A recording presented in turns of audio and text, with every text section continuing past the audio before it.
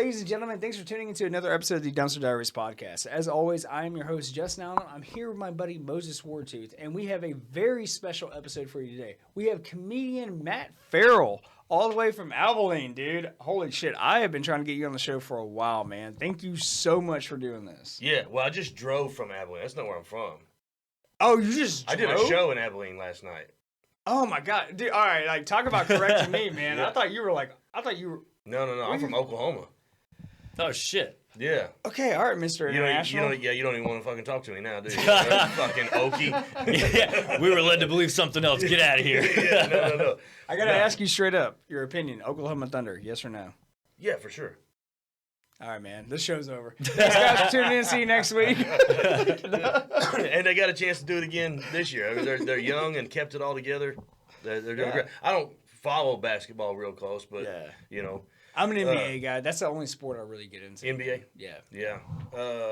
When I was young, I watched a lot of NBA when I was young. When, you know, Shaq and Magic and Jordan was still there and Barkley. I like all those old guys. Yeah, absolutely. Then the more, just the same with football, the more pussified it gets, the less interested I am. Yeah. You know what I mean? This right here is why I wanted you on the show, man, because the way you're going to talk, I'm like, you know what, this is going to work. Dude, if there's not a chance of CTE, what the fuck are we doing? Yeah, you know what I mean? Bring back head trauma. Yeah. Dude, I mean, every once in a while you get an Aaron Hernandez. Shit happens. You got to fucking move on, you know what I mean?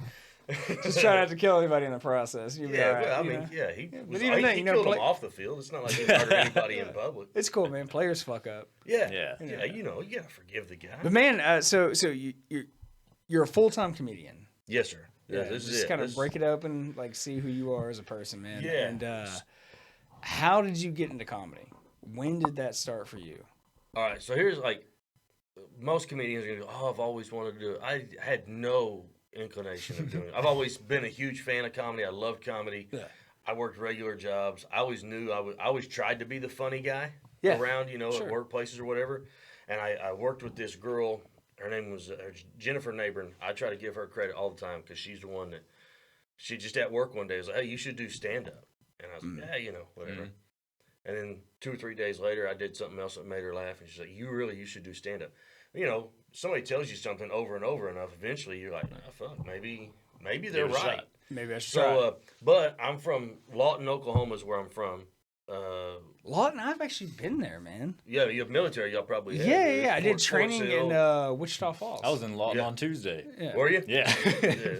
He does. For his job, he drives around a lot. I'm in Oklahoma every week. So. Yeah, man, it's not gonna lie, brother. It's a depressing town. Yeah, it's not great. It's not great. There's nothing there, especially comedy. So, like, I had no idea. My only knowledge of comedy was what I saw on TV. So when she was like, "Hey, you should do stand-up," I was like, "Okay." So I go and I watch a couple specials. And I'm like, "All right, here's what I got to do. I got to rent a venue. Yep. I got to sell tickets. I got to promote it." I'm like, you know, I got to write some jokes. Sure. And instead of writing jokes, I just started writing my life. So then the first show I ever did was at McMahon Auditorium, which is in Lawton, seats 1,500 people. Wait, the first show you ever did, 1,500 people. Delusion, no, it seats 1,500. Yeah, all right, there we go. Because delusionally, I thought, "Oh shit, I can fill that up," you know. But I went and I hustled up sponsors. I got everything was paid for. Damn, so you actually did it all on your own the first time? That's impressive. Got it all paid for. Sold a little over 200 tickets. Which 200 tickets to your first show is pretty fucking good. That When is. you put them in a building that seats 1,500, that's called empty. It's not like they all set up front. Yeah, they're all spread out. Scattered out. So looking over here and looking over there. Yeah, it was fucking terrible. And then I did like an hour and 10 minutes my first time ever on stage. And Jesus, dude. Okay, so I'll tell you right now, all right? Because to give you a little bit of background about me, man, I do stand-up comedy as a hobby. Yeah. Once in a blue moon, I fight to do 5 minutes. Yeah. You're telling me you did an hour and 10 minutes your first show? Yeah. Holy shit, dude! And didn't do bad. It wasn't great because I didn't know how to polish jokes. I didn't know how tags and I didn't know how to set up a joke. I just told my stories. Yeah. And I've lived an interesting life, so my stories are okay anyway. So it was okay. It went pretty good, but that was all it took. And I was like, oh, okay, this is what I do now. So you're working a regular job, Yeah. and then you have a coworker that's like, hey, you should do this full time. Yeah. Like, this is what you need to do. Yeah. And then you kind of fall into it, right? All right, you do your first show, which is insane. Yeah, for a first show, that's pretty fucking successful. Like, Yeah. I would definitely call that a win. Yeah. But So I where had no idea. Where does it go from there, man? From there, then I just started, because here was the deal. When I was talking about renting that place, I went to my wife's the fucking rock star. She's the best. How long? She feeds into my ego and my delusion, right? Which ego and delusion is the two ingredients that it takes to be a stand-up comedian. You need a little bit of ego and you need a lot of delusion. So half the show we do serious interviews, the other half we interview comedians. I've dealt with all the psychos in East Texas. Yeah. Because all comedians are basically psychos. Yeah. You can't be right in the head. No. That's like the comics that talk about, I've got a lot of anxiety and I don't think I'm important. That's bullshit. I don't believe any comic that says that. You think that the shit you wrote down is important enough to get a collection of people together for them to sit down and be quiet while you talk and listen to it. That means you've got an ego. Yeah. Which it requires that in order to be able to do it. Absolutely. So I mean, nothing against it. It just annoys me when comics are like, oh yeah, I don't have an ego and I'm this real sheepish. Fuck off. Just be honest. Like, stop trying to be somebody else. I want everybody to hear my stories. You know what I mean? Like, it's fucking, it's crazy. But I went to my wife and I said, hey, here's a plan. This is what I want to do. And she goes, don't you, like, what about like getting like a little bar or something? What do you think about doing a small show first? Sure. And this is what, this is the way my brain works, and it still does. Excuse me. I was like, man, if we get a bar and it seats 60 people, but only half of them laugh, that's only 30. That's not real good. But crazy enough, I thought that I could sell 1,500. So I was like, but I'll get a place that seats 1,500, only half of them laugh. 750. Yeah, that's still pretty good. Fucking good. Yeah. And she was like, there's no way I'm changing your mind. All right, let's do it. Well, we checked out like your data, man, like social media presence and stuff. Like the amount of followers you have. Yeah, it's I not was good. like, And here's why I say it's I good appreciate, compared to what we are used to interviewing people. yeah, and I appreciate you saying that, and I like it's work to grow a social media platform. Oh, dude, you're preaching to the choir right now. And if you're in any kind of entertainment business now, I mean, unless you're fucking Hollywood, which doesn't count. Yeah. If you're a comedian, a singer, songwriter, anything, you live and die by social media. Yeah, even an artist. You like have to have anything. Yeah, you have to have social media, because here's the deal now with comedy clubs. Used to, you sent out an EPK, you know, which was like a clip of your work, your bio, all these things. Now you call a comedy club, they don't even want that. They're like, what's your Instagram account? I need to see how many followers do you have? That's all they care about. Yeah. Isn't it crazy? And I think eventually it'll come off of that, because they're giving, and I don't begrudge anybody. Like, hey, if you can get an opportunity to go do a comedy club and you're not really a comic, fucking go make your money. Yeah. Like, I want everybody to get everything they can. But eventually the clubs are going to go, hey, we should stop giving Hawk to a girl a full weekend. Because, she can pull all these people in once. Those people are never coming back. She didn't do a good show. And I've never been to her show. She might do She great. made Moses and I so mad because we have tried. We've been doing this for years. And we have put in so much blood and sweat and tears into this. Sucked in. And then literally just That's a awesome. random, That's all you gotta do, random apparently. interview on the street, dude. And boom. Yeah. Like a national. And then she had like a fucking Hawk to a coin. It was Yeah, like did a the classic Ponzi rug scheme. pull, scammed everyone, was like, got out oh of my it, God, didn't take blame dude. for it. It was awesome. Is she going to go to prison? Nah. No? No, she's gonna walk, man. They basically just found out she was pretty much retarded. So I mean, she literally just slapped her name on something, had no idea what it was. It was a bunch going of on, so. billionaire Yeah. like fly by night like investors and shit. They were like, hey, they set her up for failure. Yeah. But, I mean, yeah, they got their money. they did, yeah. And then she I At the end of heard the that day, she was it selling went it, and according then- to plan. Like nobody else was getting money, and then the next Yeah. thing she's in Barbados in a $30,000 bikini, and everybody's like, "Wait a minute, where's our money?" I'm like, it's in this fucking. It's on my bikini. titties right now. But you know, crazy too, like man, with the stand-up comedy game, this is one thing I've noticed, dude. Is you can even equate this to like podcasting and like even media. You don't make anything, or you barely make shit, or you have $100 million Spotify deal. There's not a lot of in between. Right. Yeah. Like it's so insane, dude. It's and I'm at the barely making anything. Yeah. It's great. Like, and this is no bullshit. Last weekend I did a show in Massillon, Ohio, at Crackpot's Comedy Club. which is a 32-hour round-trip drive. Holy shit. And I got there, and they had not promoted the show, so I did a show for 9 people. I drove 32 hours round-trip, did a show for 9 people. The owner of the club left before my set was done because he didn't want to talk to me. Damn. I would have crashed the fuck out, dude. That's at a comedy. It's a legit club. Yeah. I went and did a show. Well, in it doesn't sound like it's going to be a club for very much longer at that rate. Not if he keeps going like that. I went and did a show in Iowa one time, but it was self-promoted. I did it. I was relying on somebody there. Like I sent flyers and I said, "Hey, will you go flyer it for me?" They didn't do that. I thought they had, so I get there and it's like 8 or 9 people. Mm-hmm. But that one was on me. That was a self-promoted show. But this one's a club. Like that's part of their damn job. Yeah, they made the flyer and sent it to me, and then they didn't post it. It's fucking wild. Like, it doesn't make any sense at all. You're raising my blood pressure just telling me that story. Like, dude, because like even then, like we work with Dakota, and like we have a partnership and stuff, and we promote all his stuff for free. Like we're just like, hey, and we don't even have to do that. We just do that. Yeah. And it's just like. At some point, it's almost like a courtesy. Like it mean, goes beyond your job. They promote our stuff, we promote theirs. It's like an unspoken, obviously, why the fuck wouldn't you help each other out? Especially if you have a comedian you know who is driving 32 hours round trip to come and do your show, and you're not going to actually promote it? Yeah. What are you even doing right now? But then, I mean, and you do those things because, I mean, even if it's not a contract or even if you haven't spoke about it. Yeah, like you just do it. It's like, oh yeah, we'll do his stuff, and then he's promoting your stuff, and then back and forth. Even if you didn't talk about it, because eventually, especially when you're dealing with somebody like Dakota, who's a great dude. Oh, he's amazing. He's amazing. I give him shit all the time. He gets that big name guy in there, and immediately sends them to y'all. Mm-hmm. Yep. He gets somebody big that they need to do a recording, they need to set up and do the whole 9 yards. He's gonna call y'all. Yeah. Just like if something happens and y'all make a connection and you get a good comic and they're looking for someplace neat. Yeah, we're like, hey, we got a place. Dakota, yeah. Which, I mean, in that place that Dakota's doing, the Comedy Cabin, I did it back on Valentine's Day.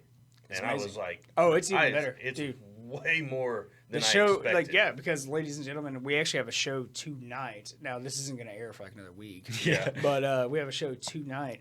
And, dude, I'm telling you, it's grown so much. Yeah. It's insane. I would say last time I was there, it was pretty close to sold out. He's packing out the house. Yeah. Man. Yeah. It's a good time. There's a lot of fun. We have one guy, I mean, and he's just, sometimes you do shows and there's just that one guy and you're like, okay, I'll never forget that fucker. He sat at the corner of the bar and we had just all called him Alabama by the end of the night because he kept telling us that's where he's from. So we just called him Alabama. He's drunk as shit. He was there for the comedy show, though.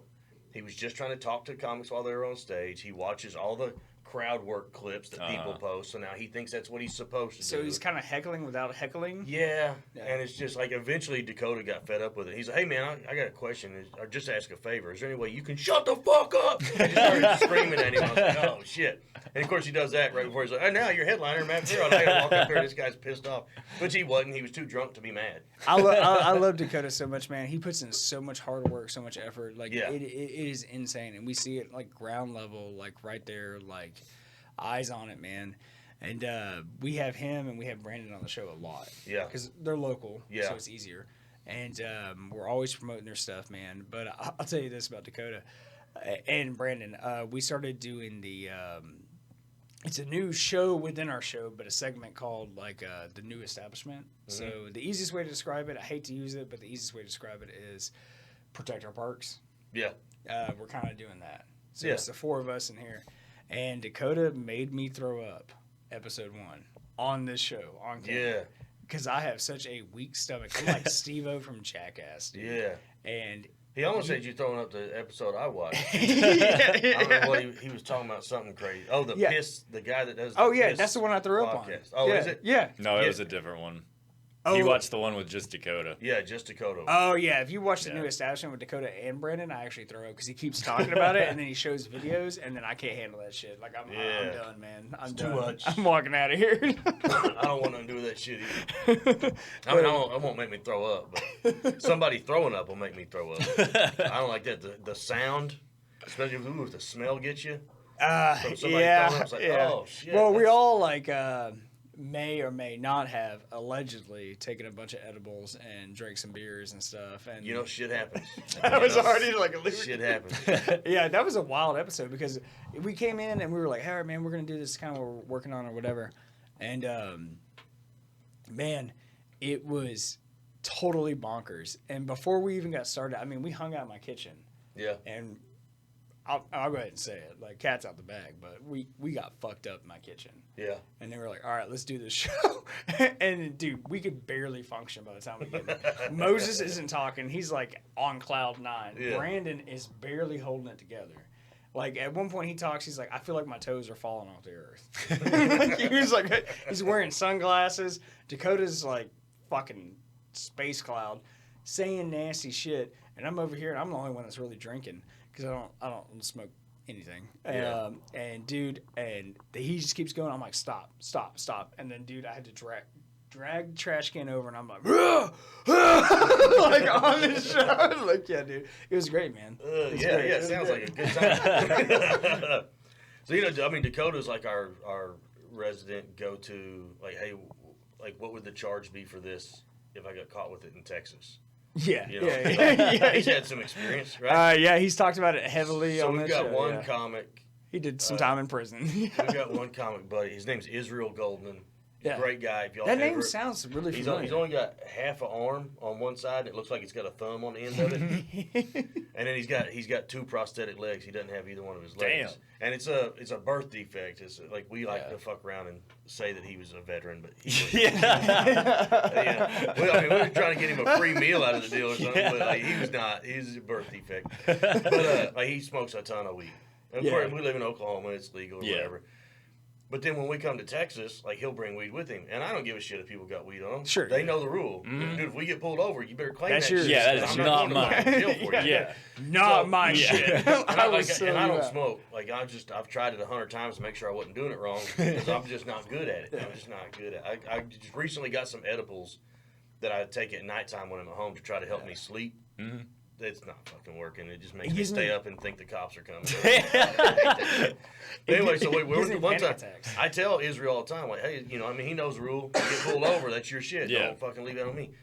So I always know he's got weed on him. I don't care. We're driving all the way down. We're like in Bernie, Texas, and we check into our hotel, and I got double beds. He's unpacking his bag. You know those Tupperware containers that you put a loaf of bread in? Mm-hmm. Yeah. He pulls one of those out of his bag. It's 3/4 of the way full. Holy shit. And I'm like, Israel, what the fuck, dude? Dude, That's not like a personal amount. Yeah. That's like trafficking. charges. Yeah. And he goes, I don't trust my roommates at home. I said, get better fucking roommates. He goes, Get a it's my lockbox. daughter. I'm like, oh, fuck, dude. I said, bury that shit in the backyard or something. Something. You can't fucking go on the road with me. You're carrying that much fucking weed. Yeah. Holy shit. So then another time, do y'all know Wayne Morris? Yeah. So I know Wayne, one matter of fact, worse, Wayne and I did the show together last night. Wayne and I we're doing a show someplace. I don't remember where. We get pulled over. He's got a fucking tail light out or something. Yeah. I don't remember what it was. Some technicality. Not worried about it. Neither one of us, because he don't smoke either. You know, no. So neither one of us got drugs. We're not worried about anything. We're getting pulled over. Shit happens. Yeah. Back up a week. I do a once a month free show that's 8 miles from my house. And it's really just my personal open mic. Sure. It's where I go and I just invite other comics to come and do Working it. out This is a place for material. me to work new material. Yeah. So I'm at that show and I'm telling a story about the first time I had done shrooms. And this guy after the show comes to me and goes, oh, you like shrooms? I said, yeah. And he goes, I got you, bro. And he reaches in his pocket and he pulls out like a fucking bag. And he goes, hold your hand out. And he dumps what I am guessing is about 10 grams. And like just dumps it into my hand. And I'm standing there holding it like that. And he's just looking at me like, I'm not doing it now. Yeah. Like, I gotta fucking drive home. I got shit to do in the morning. Like, this is like 4 hours taken away from my life if I eat this. I'm not trying to meet my maker right now. Yeah. So I just go inside the place. I get a napkin. I twist up a napkin. I put it in my backpack. That, you know, I carry it with me everywhere I go. Now we're driving through Texas. We get pulled over. I don't even fucking think about it. Felony right there. Cop is like, what's all this stuff in the back? And like, it's just our luggage and shit. Wayne, out of fucking nowhere, goes, you can search it. We don't care. Oh. Now, at this point, I still have not remembered.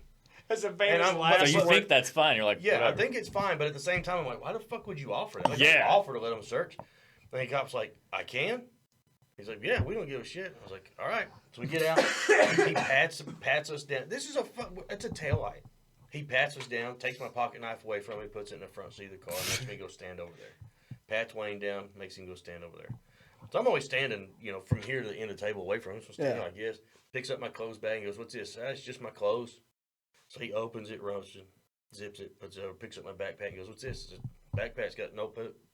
So I think my laptop's in there. So it's just shit like that. He opens that top. He starts to open that top pocket. All of a sudden, I remember. And I'm I'm about to go to prison. I can see the napkin from where I'm at. He moves the napkin to look what's underneath it. There's just pins and shit. Zips it back up, sets the backpack down. And I go, we're fucking, dude. You talk about a watertight asshole. Fucking hey. I'd have sounded like a Coke bottle on a motorcycle. Yeah, dude, I didn't. That son of a bitch was tight. So the next day, we're doing a show with Dakota. As soon as we get there, I'm like, hey, man, let me tell you what happened. So I tell him, he goes, how much do you think it was? I said, probably, it was at least 10 grams. He goes, oh, you'd go to prison. Yes. Yeah. So I didn't even realize. They would have treated you like you just tried to assassinate somebody. Yep. So we have a mutual friend that uses a lot of psychedelics and stuff. And all I can say is for the state of Texas, they do not fuck around with psychedelics. Yeah. Any amount is immediate felony. Which is crazy. Any amount. Yeah, it's ridiculous. Yeah, you can have half a gram of mushrooms and, dude, you're in handcuffs. Yeah. Like straight up. And they're so fantastic. They really are. Actually, legally, you're better off getting caught with like meth or coke. Really? Yeah. Noted. And I don't fuck around with either one of those. I've done a lot of coke. And then I started realizing, I was like, oh, this could be a problem. And I let me just quit. I just don't fuck with it. My kids growing up, I've always told them, hey, when you get older, you want to have some drinks, be safe. You want to smoke some weed, fucking be safe. No pills, no powder. Yeah. That's always been my rule. No pills, no powder. Yeah, especially. And I don't know if they've listened. I know that my oldest son has not. He's definitely done but my kids are all grown now. My youngest is 18. Matter of fact, I crossed paths with them. They're on their way to Houston for a concert. Oh, really? Yeah. Nice. So I crossed like right now? Yeah. Oh, no shit. Yeah, I just checked. They were just passing Conroe. I checked. Yeah, man. It's a wild world, man. Especially like drugs, man. You got to be safe now, dude. I mean, there's so much nasty shit that's out there. Why? It almost makes me think that like it's like they're almost intentionally trying to poison people. Well, they've been doing that shit since the 80s. I don't know if you recall the crack epidemic. How old are you guys? How old are you? I'm 34. How old are you? Same. Oh, okay. Fuck, I'm 10 years older than both of you. See, I got a grandkid. After 30, it doesn't really matter anymore, I mean, your body's still changing. I got shit that hurts. I don't know why. There was a lady, so I had to go to the I have shit emergencies constantly. If y'all gonna be there tonight, you will hear about them. Yeah. We're gonna be there. Last time I fucking came down here. I won't interrupt you. Go ahead. Dude, I'm super excited about this show, man. It's gonna be a good show, man. Oh yeah. So last time I came down here was on Valentine's Day. Yeah. And my wife doesn't travel with. She used to go on the road with me quite a bit. Yeah. Now we got a grandson, and she'd rather hang out with him, and I get it. Yeah, he's cooler than me. Sure. Yeah. They're at a fucking aquarium in Oklahoma City right now. She's been sending me videos all day, but he's reaching over the wall, petting stingrays and shit. Yeah. I'm like, God damn. You're over here out in Mount Enterprise, Texas. Fucking driving. Selling jokes. Fucking exhausted. But so last time I came down somewhere, I said, babe, it's Valentine's Day weekend. He's getting me a cabin. I'll do the show that night. Then I got to go back up to Oklahoma. I got a show for Saturday night. I'll get a hotel. I work 2 hours out of the whole weekend. I'll be working for 2 hours. The rest of the time we'll just hang out and spend it together. It's amazing, man. So, which is fucked up that I have to talk my wife into spending time with me. She finally agrees. So we leave. We stop in right outside of Decatur. There's a catfish place that we pass all the time, and we've always said, "Oh, we ought to stop there sometime." We're ahead of schedule.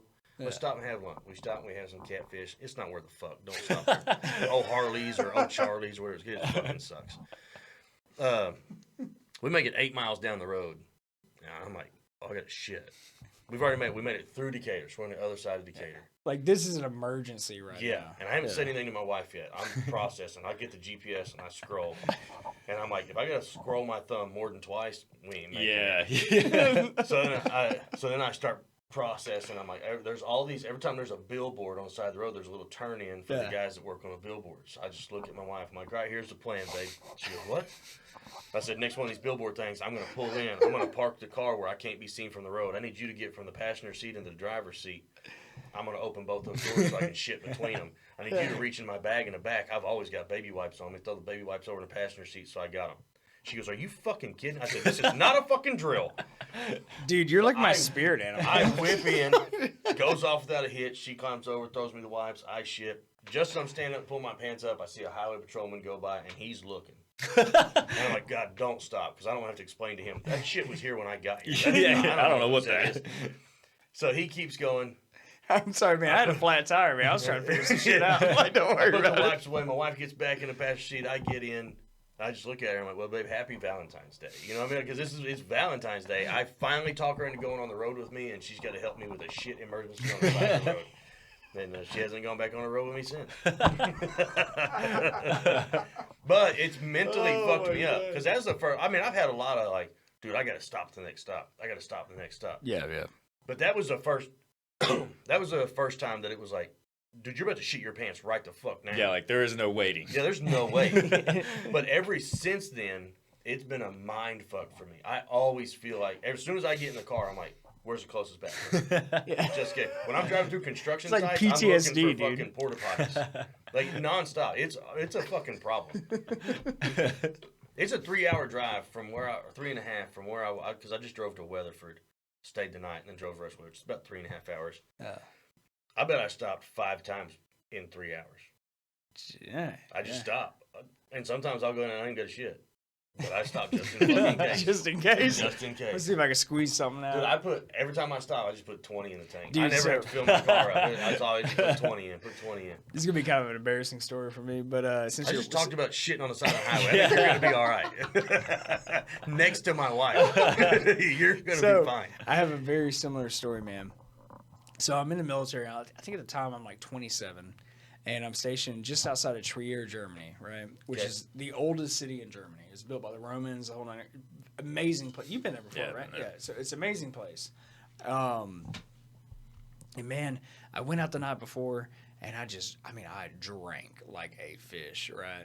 So I'm pissing out my ass, right? And I was married at the time, ex-wife, and dude, she made a big deal because it was kind of weird because we were struggling because we were Americans in a foreign country. Yeah. So we didn't have like normal things we were used to, like restaurants and food and stuff. So there's this really nice like curry restaurant that we would go to. Mistake number 1. Yeah.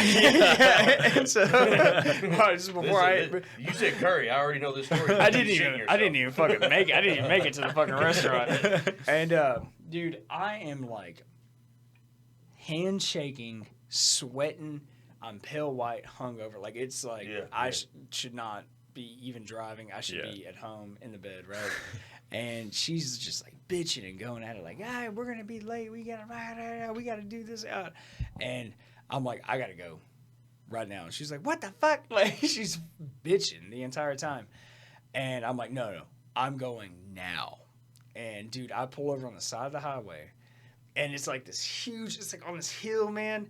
And so I kind of like run down this hill, and I'm like, pull my pants down, and I'm just like pissing out my ass, and I'm holding on to this bush. And I'm praying to God the roots don't give out. And I'm just like, like, you know, and I'm like screaming at her, like, give me toilet paper. And she's like, what the fuck? And just going off and on, man. But, dude, people are driving by. Germans are driving by, and they're just honking their horns and, like, waving and shit. Because they can clearly see my white ass, because I'm super pale. Yeah. Like, my white ass just hanging out there on the side of the highway just shitting. You know, and I was like, dude, I'm probably going to go to jail. They're like, stupid fucking American. Can't fucking handle his beer. Can't handle his 17 Hefeweizen beers. So, comparable, now we're just going to do stories about shitting ourselves. The first time I didn't know it was going to go this way, the dude. first time I ever had apple pie moonshine. You ever had apple pie moonshine? Oh, yeah, brother. So I did a comedy show in Apache, Oklahoma, and this guy, everybody called him Coach. Yeah. I don't know who the fuck he is.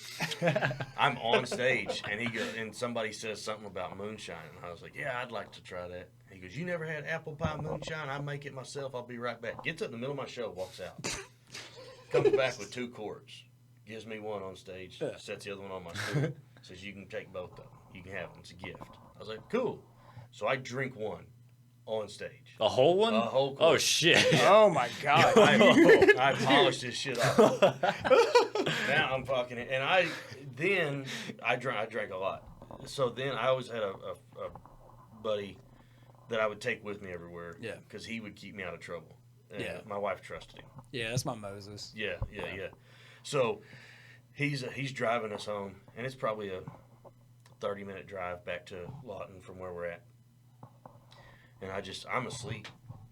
I said, I got shit. And he goes, what? Come out of a coma. Yeah. And he says, what? I said, I got shit. And he goes, I said, I got shit right now. He slides to a halt. We're in his wife's car. Yeah. So I get out, and it's the same. It's an embankment on the side of I-44. Yeah. And I go about halfway down this hill and drop trowel. And just pissing out my ass. I'm down there, and it dawns on me, I ain't got nothing to wipe my ass with. Mm-hmm. So now I just hold my pants between my knees and fucking penguin walk it up this hill. I get to the top. The passenger door is still open. He goes, what the fuck? I said, I need something to wipe my ass with. Yeah. Dude, we opened everything on. His wife drove a Ford Flex. We got the back hatch open, all 4 doors. There's not a napkin anywhere in this motherfucker. The only thing we can find is one baby sock. I was about to go that. I was going to be like, it sounds like you're about 1 sock less. In my brain, I had to go all the way back to the original scene of the crime to wipe my ass. So I penguin walk back down the hill. I squat down to wipe my ass with this baby sock that I've just got on 2 fingers. I'm wiping my ass, lose my balance, fall in my own shit. Fall in your own shit? We ride the rest of the way home with the windows down, obviously. Yeah. I get home. I'm hammered by it. I got to take a shower. My wife is asleep. I think she woke up because I'm being as quiet as a drunk can be. Yeah. Taking shit out of my pocket and slamming it on the dresser. Yeah. Now, I want to take a dip before I get in the shower, but I know where my hand has been. So I go. My wife wakes up just in time to see me sniffing my own finger. Dude. Sits up in the bed and she goes, what the fuck? I said, I had to shit on the side of the road, wipe my ass with a baby sock. I want to take a dip before I get in the shower. And I'm just and she just busts out laughing. She's like, fucking sleep on the couch. Dude, at least she believed you, man. Half the women I've dated, man, they would be like, Dude, I'm telling you, they'd be like, let me smell your dick right now. I'd be like, what the fuck? Be like, it's covered in shit. Have at it. Yeah. While you're down there, lick the balls. No, my wife really is a rock star. She's like, dude, it sounds like it, man. Come home. That's one thing, man. We've interviewed a lot of comedians and a lot of people, and one thing that I have noticed, dude, I hate to say traditional gender roles, but any man that's like pursuing something in his life, man, 90% of the battle, if you got a partner behind you that supports you, that's where it's at. That's it. And that's why all comics are either married and have been for a long time, or they're single. Yeah. There's not an in between. And it's, and I feel. I have felt severely guilty over some of the shit I've put my wife through with chasing comedy and it's a wild ride. Before this, I worked in a casino for a long time. That's where I worked with Jennifer at, and she's the one that taught me. I worked casinos a long time, and then I left that and started my own company, and I had a garage door company, when I started when I started doing comedy. I did that one big show, and then after that, I just kind of did it when I could. Yeah. But my kids were at the age where they were real active in sports. We had a lot of family stuff going on, so I just kind of did it when I could. Mm. So then when was COVID? Was that 2020 or 2021? 2020. 2020? So 2020, or 2019, like October 2019. Yeah, the before. I was like, I call it the before time. I'm pursuing comedy. And my wife's like, all right, fucking do it. Sold the business, got away from everything, full tilt into comedy. I had like 8 shows already booked for after the first of the year. COVID happens. All that goes away. And now I'm just sitting at home every day with a notebook going, it's kind of hard to think of anything fucking funny right now. Yeah. And it don't take long to go through that money that you sold your business for or whatever. And and then now it's still. How long you been married, man? 24 years. Jesus, congratulations. Yeah, I got married right out of high school. Had my daughter while I was in high school. You don't really see that too much. That's anymore, pretty rare. man. Yeah. And it's all her. Yeah. Like it's all, dude. She really is. Like she's a real one. Yeah. She really is. Fuck yeah, man. dude. Like she pushes me. Dude, when you're I like need- giving me hope over here, dude. Yeah, there is hope. You gotta fucking find them. They're out there. She's selfless. She gets up. She goes to work every day. Yeah. You know, but I haven't always been, but now I'm a good husband. Yeah. You know, like I fucking help around the house. I do, you know, a big part of the cooking. She does a big part of the cooking. I don't mind doing fucking dishes. I'm home during the week. Yeah, pull your You weight. know, why You fucking help wouldn't out. I do those things? Yeah. So my wife comes home, she ain't got nothing to worry about. I So, feel like the mean, other that's comedians could listen to this and learn a couple things. Yeah, dude, you can't sit at home thinking that you're writing jokes all day while your wife's working a real job. Yeah. And now she needs to come home Yeah. and pick up your Bringing dirty you beer and laundry sandwiches. like who the fuck do you think you are? I'll never expect my wife to have dinner ready for me on the table when I get home until I've got a fucking $1 million in her account. Yeah. I got $1 million in your account. Bitch, make me a sandwich. Yeah. Yeah, now we're negotiating. And even then, I'll still be scared of her. My wife's 4'11", man. But that's She's yeah. a mean motherfucker. That's great, What like- she needs to be. What Dakota and us have done, man. Dude, so when Moses and I started this podcast, we were like fighting with the world. I mean, we were just throwing our shit online, really like the Western world, like say America. Yeah. And dude, and yeah, we were getting some hits. We had some things go viral and stuff. But I was like, man, like something just isn't clicking right. Like, what the fuck are we doing wrong? And then about 8 months ago, we both decided, let's just focus on our local community. Mhm. Only talk to people from our area or people that come through, whatever it may be. And, dude, phenomenally better. Yeah. Like, people actually engage. They give a shit. It's so fucking cool, man. Now, you have a Facebook page for this? Yes, we do. You have Yeah. Instagram? It has a very small following on our Facebook because we only post like photos to kind of promote like our YouTube channel. Mostly it's just YouTube and Instagram. We don't post. This is my advice. You need a Facebook, an Instagram, and a TikTok. Yeah. Just for this.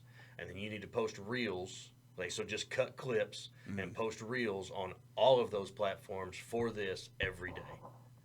That's where your growth is. Yeah. Whew. And it's tough, Yeah. but I mean, Yeah. you can, and I'm not smart enough to do it, but you Yeah. can schedule those posts out. So for one day, you can sit down and schedule out your post for the whole week. So it's not like you're having to sit down at the computer every day and upload something. Schedule it out for the whole week. Yeah. So that way, just for the week, it goes through. But the little short clips, the reels, the TikToks, things like that, that's what people are watching. They see something, they think it's funny, now they'll click on the page and go see what it is. Yeah, we had one that went viral, man. I've had one TikTok go viral. I got 1.8 million views. Nice. Didn't nice. make any fucking sense at all. I don't get it at all. We had one between, I think, Instagram and YouTube. We got about 1 million views. Yeah. And, dude, It was like that. It was like, why the fuck did this one hit off? Like, Yeah. it was funny and random, but it was like, Yeah, why see- this? I got a buddy that lives in Tennessee that's got several 100,000 followers. yeah. And he said, man, you should start doing TikTok. I'm like, I'm not fucking doing TikTok. It's like for kids, right? This was That's kind of a our couple years attitude ago. with that, yeah. And he's like, no, it'd be perfect for what you're doing. Now it's completely different. Now it is a business platform. Yeah. Like everybody should be using TikTok. I don't know, man. We don't like But the so Chinese. Well, the Chinese don't own it anymore. Spine on it. They don't own it anymore. They don't? No. Some fucking American guy bought 80% of it. So All right, fuck it. We're on TikTok now. now TikTok won't go away. So, I mean, if Trump didn't do any fucking thing else, he fucking made it to where TikTok gets to stay. But, so he talked me into doing it. So I started, man, I'm putting thought into all these fucking videos. I'm trying to make funny content. I'm really working hard at it. Nothing's fun. I mean, I'll get 10 views on this one. I might get 100 views. Like, it didn't make any sense. Then Our shit's all over the place. My son used to work at a smoke shop drive-thru. Mhm. And I get the phone going. I pull up. He opens the window. I flipped him off, and I drove away. Not a word is spoke. Posted it, 1.8 million views, and I shot up to 10,000 followers like that.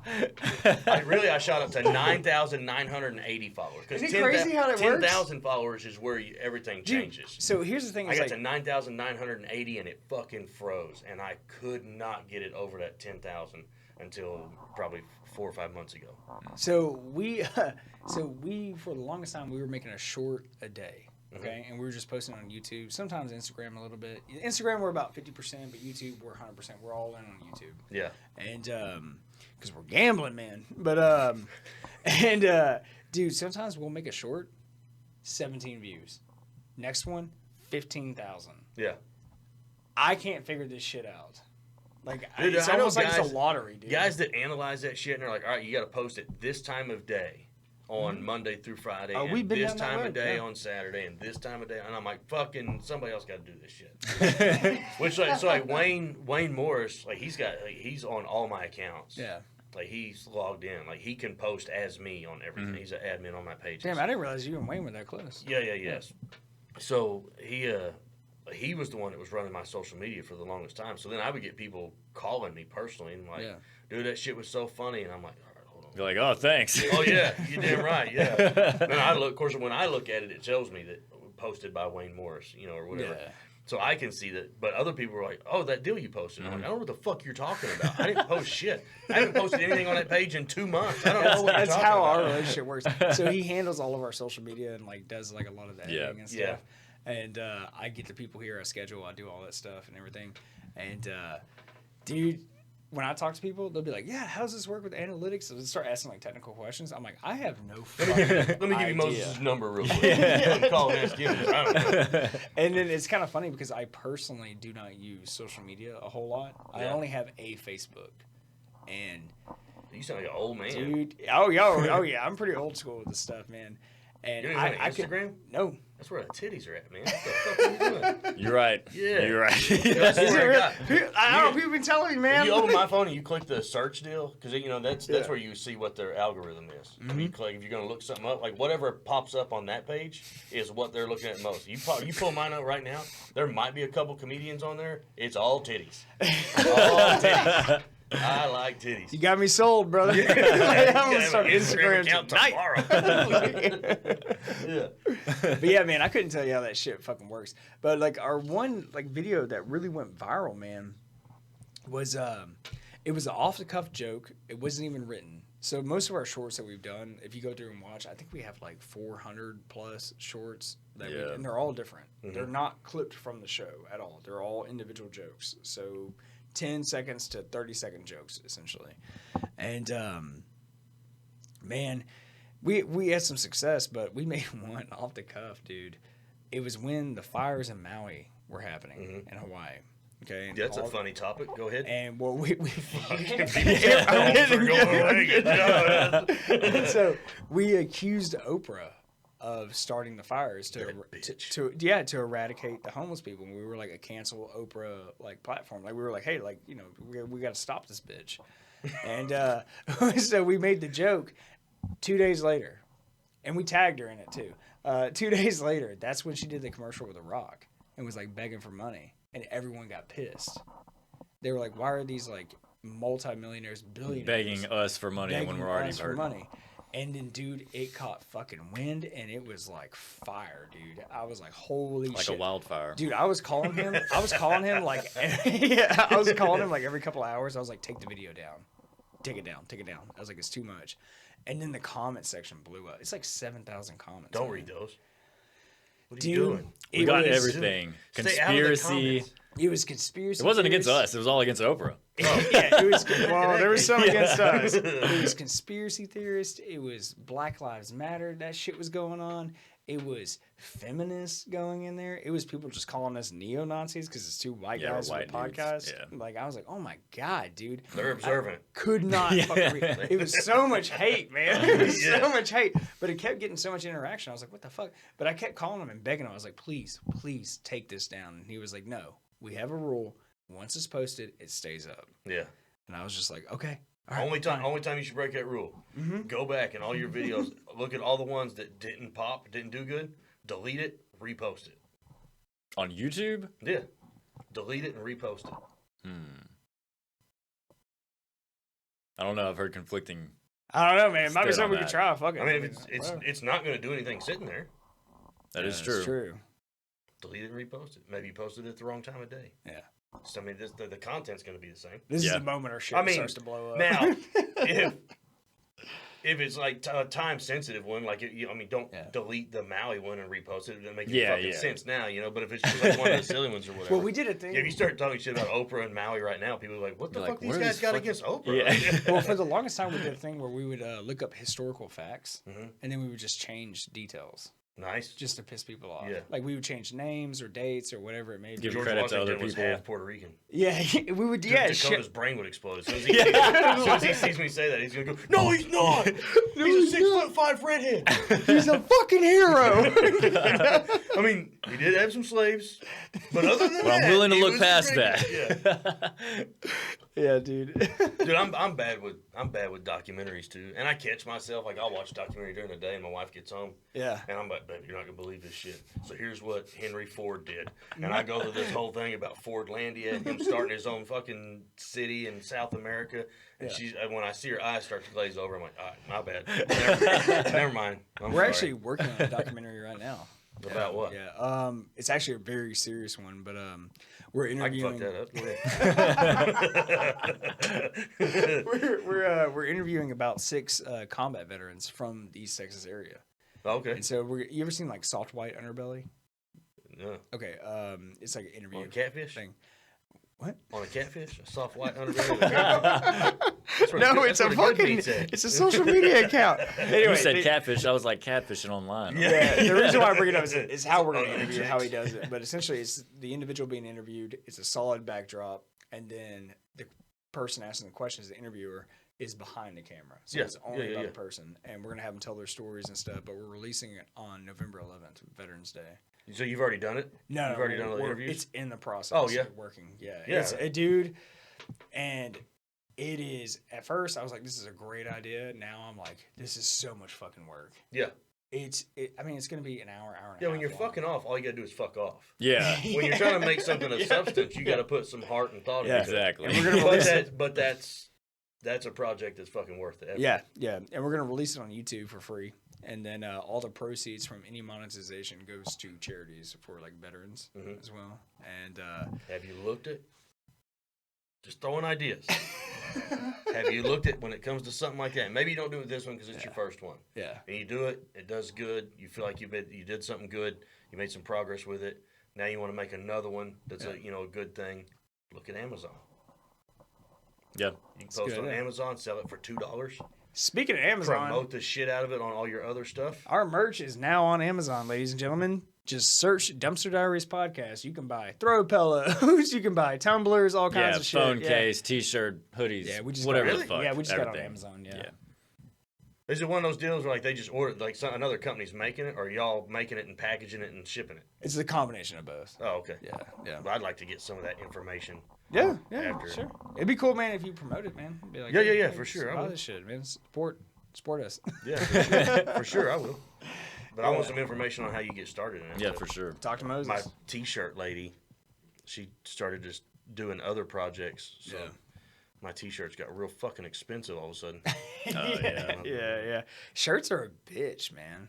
They really are. But when you're selling merch, like as a comic, koozies and those little silicone bracelets are the easiest things. I like the bracelets. They're fucking, you get them for like 20 cents. Yeah. What do they When have? you Just buy your them name in on them, or like your media platforms? Or what do they have on? The ones I've got right now say, like, because this tour is called the I'm Scared of the Dark tour. So it says I'm Scared of the Dark Tour 2025, Matt Ferrell Comedy. Okay, that's cool. Yeah. I like that. Definitely would give y'all some if I had them with me. Are you going to have them at the show? Or? No, I didn't bring them. Dude, I'm telling you. Goddamn, I need a Matt. fucking manager. But I need a manager that's just likes to go and see countryside because I ain't fucking afford to pay one right now. Yeah. Or that's okay with taking. I mean, they can have 20% of everything I make right now. Yeah. They Which just means want to do the sometimes job. they owe me $20 fucking when we get done. I drove 32 hours round trip to do a show for fucking 9 people. I made $45 fucking dollars on that Dude, deal. this is why I love interviewing comedians, bro. It cost me $500 to take that trip. I made 45. I love interviewing comedians because it's like artists, but like they're doing it literally just for the love of the game. Like 99% of it, there's no money in it. Like it's just like I'm just doing this. And now, and it sucks when you get to the point where you're like, all right, I have to start making money. Yeah. Otherwise, I have to do something else. Mm-hmm. Yeah. Because you have to be you still have to fucking pay bills. Yeah. Yeah. So, and that's where I'm at now. So a lot of things are going to change as far as like the way I book, which like not with like guys like Dakota. I'd fucking drive down here and do Dakota's show. As long as he got me a fucking room. Dakota's one of the guys I would say. But if like he ever other called, people, like answer I'm the like, phone. hey, you have to pay me this much to do the show and a hotel room. Mm-hmm. Yeah. So that's what all my shows now are being booked at a flat rate plus a hotel room. Nice. And the flat rate might change depending on how far away it is. Yeah. Shit like that. But Well, shit, brother. Whenever you get your Netflix special, man, don't forget us. it looks like Hulu's going to be the way to go. Everybody's switching to Hulu. Really? now. Is that what's going on? Fucking I Andrew know- Santino just released one on YouTube or on I know Hulu. Bill Burr did. Bill Burr too. did one on Yeah. Hulu. I don't know. They might have just offered him a better. I don't know how any of that shit works. When Yeah. it gets to that, I'll fucking for sure need a manager because I won't know how to talk my way through that shit either. So, I'm like, okay, I'll do it for $30 in a hotel room. I gotta ask you, man. Out of your entire comedic career, well, first of all, how long have you actually been doing it?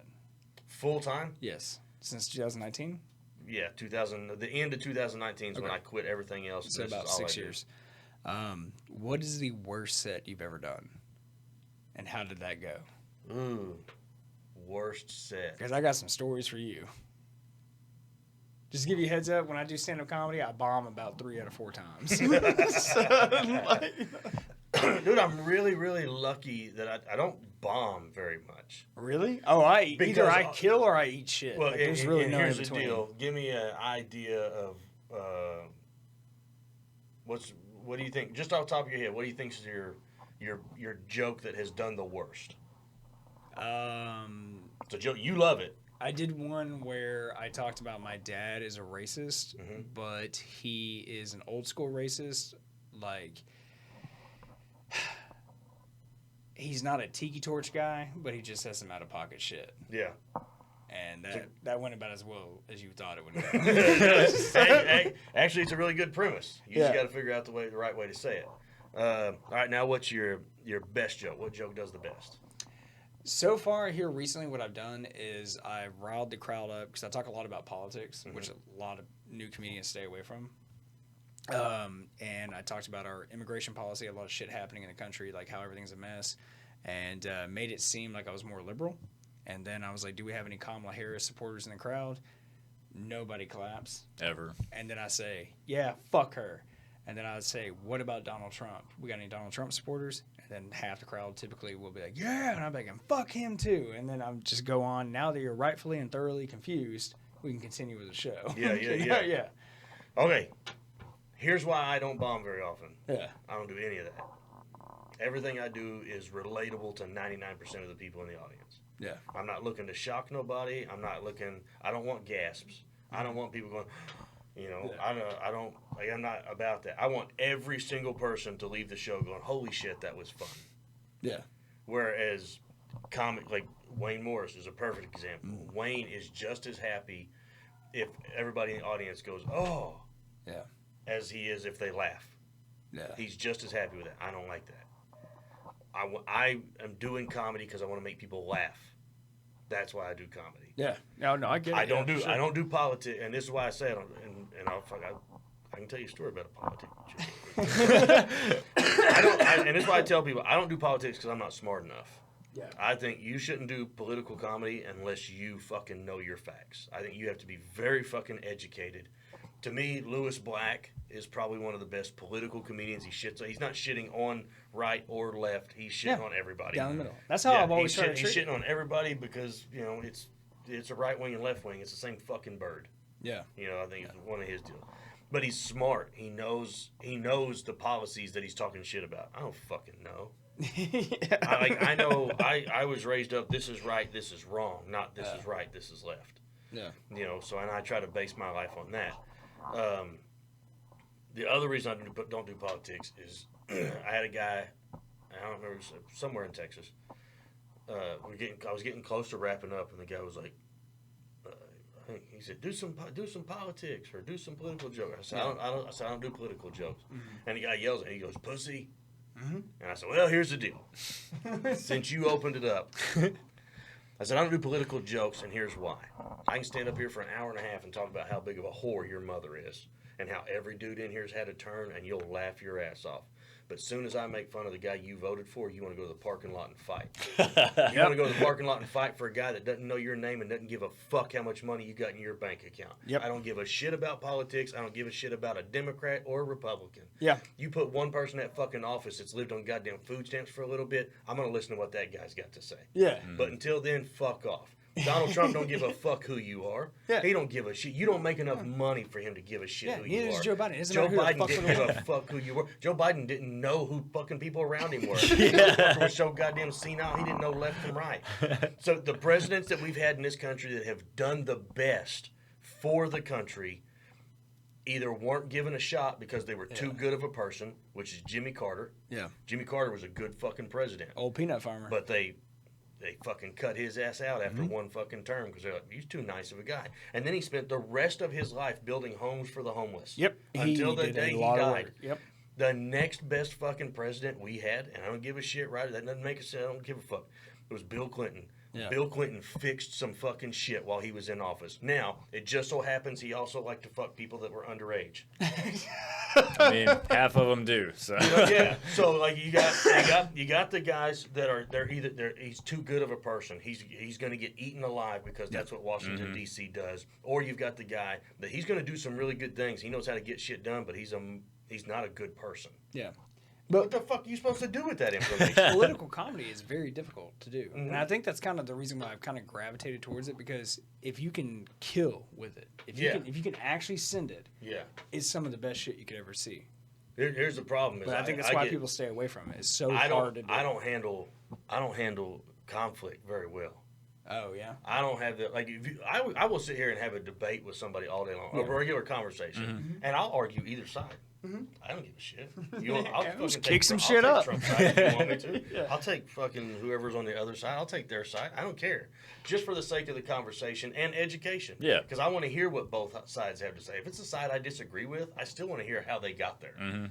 You know, and unfortunately, those conversations don't happen because most of the time when you try to have that conversation with somebody, you disagree with me, you're wrong. Let me fucking tell you how. As soon as that finger comes out, bitch, let's go to the ground. I got no fucking time for that bullshit. You want to know what's crazy, man? I don't like that. I'll tell you a true story, man. So we've been advertising to interview more people, like more serious, interviews. Not comedians, but good luck. I would still throw a dick joke in there somewhere. So I mean, we've interviewed paramedics, school teachers. I mean, you name bartender, it, medical doctors, bartenders. Yeah. Just people in the community. And one thing that we reached out for was people that may disagree with us, like from political ideologies. We were specifically looking for extremists. Now, whether that be like a right wing, a left wing, or like a racial extremist, whether it be like a black, white, whatever it may be.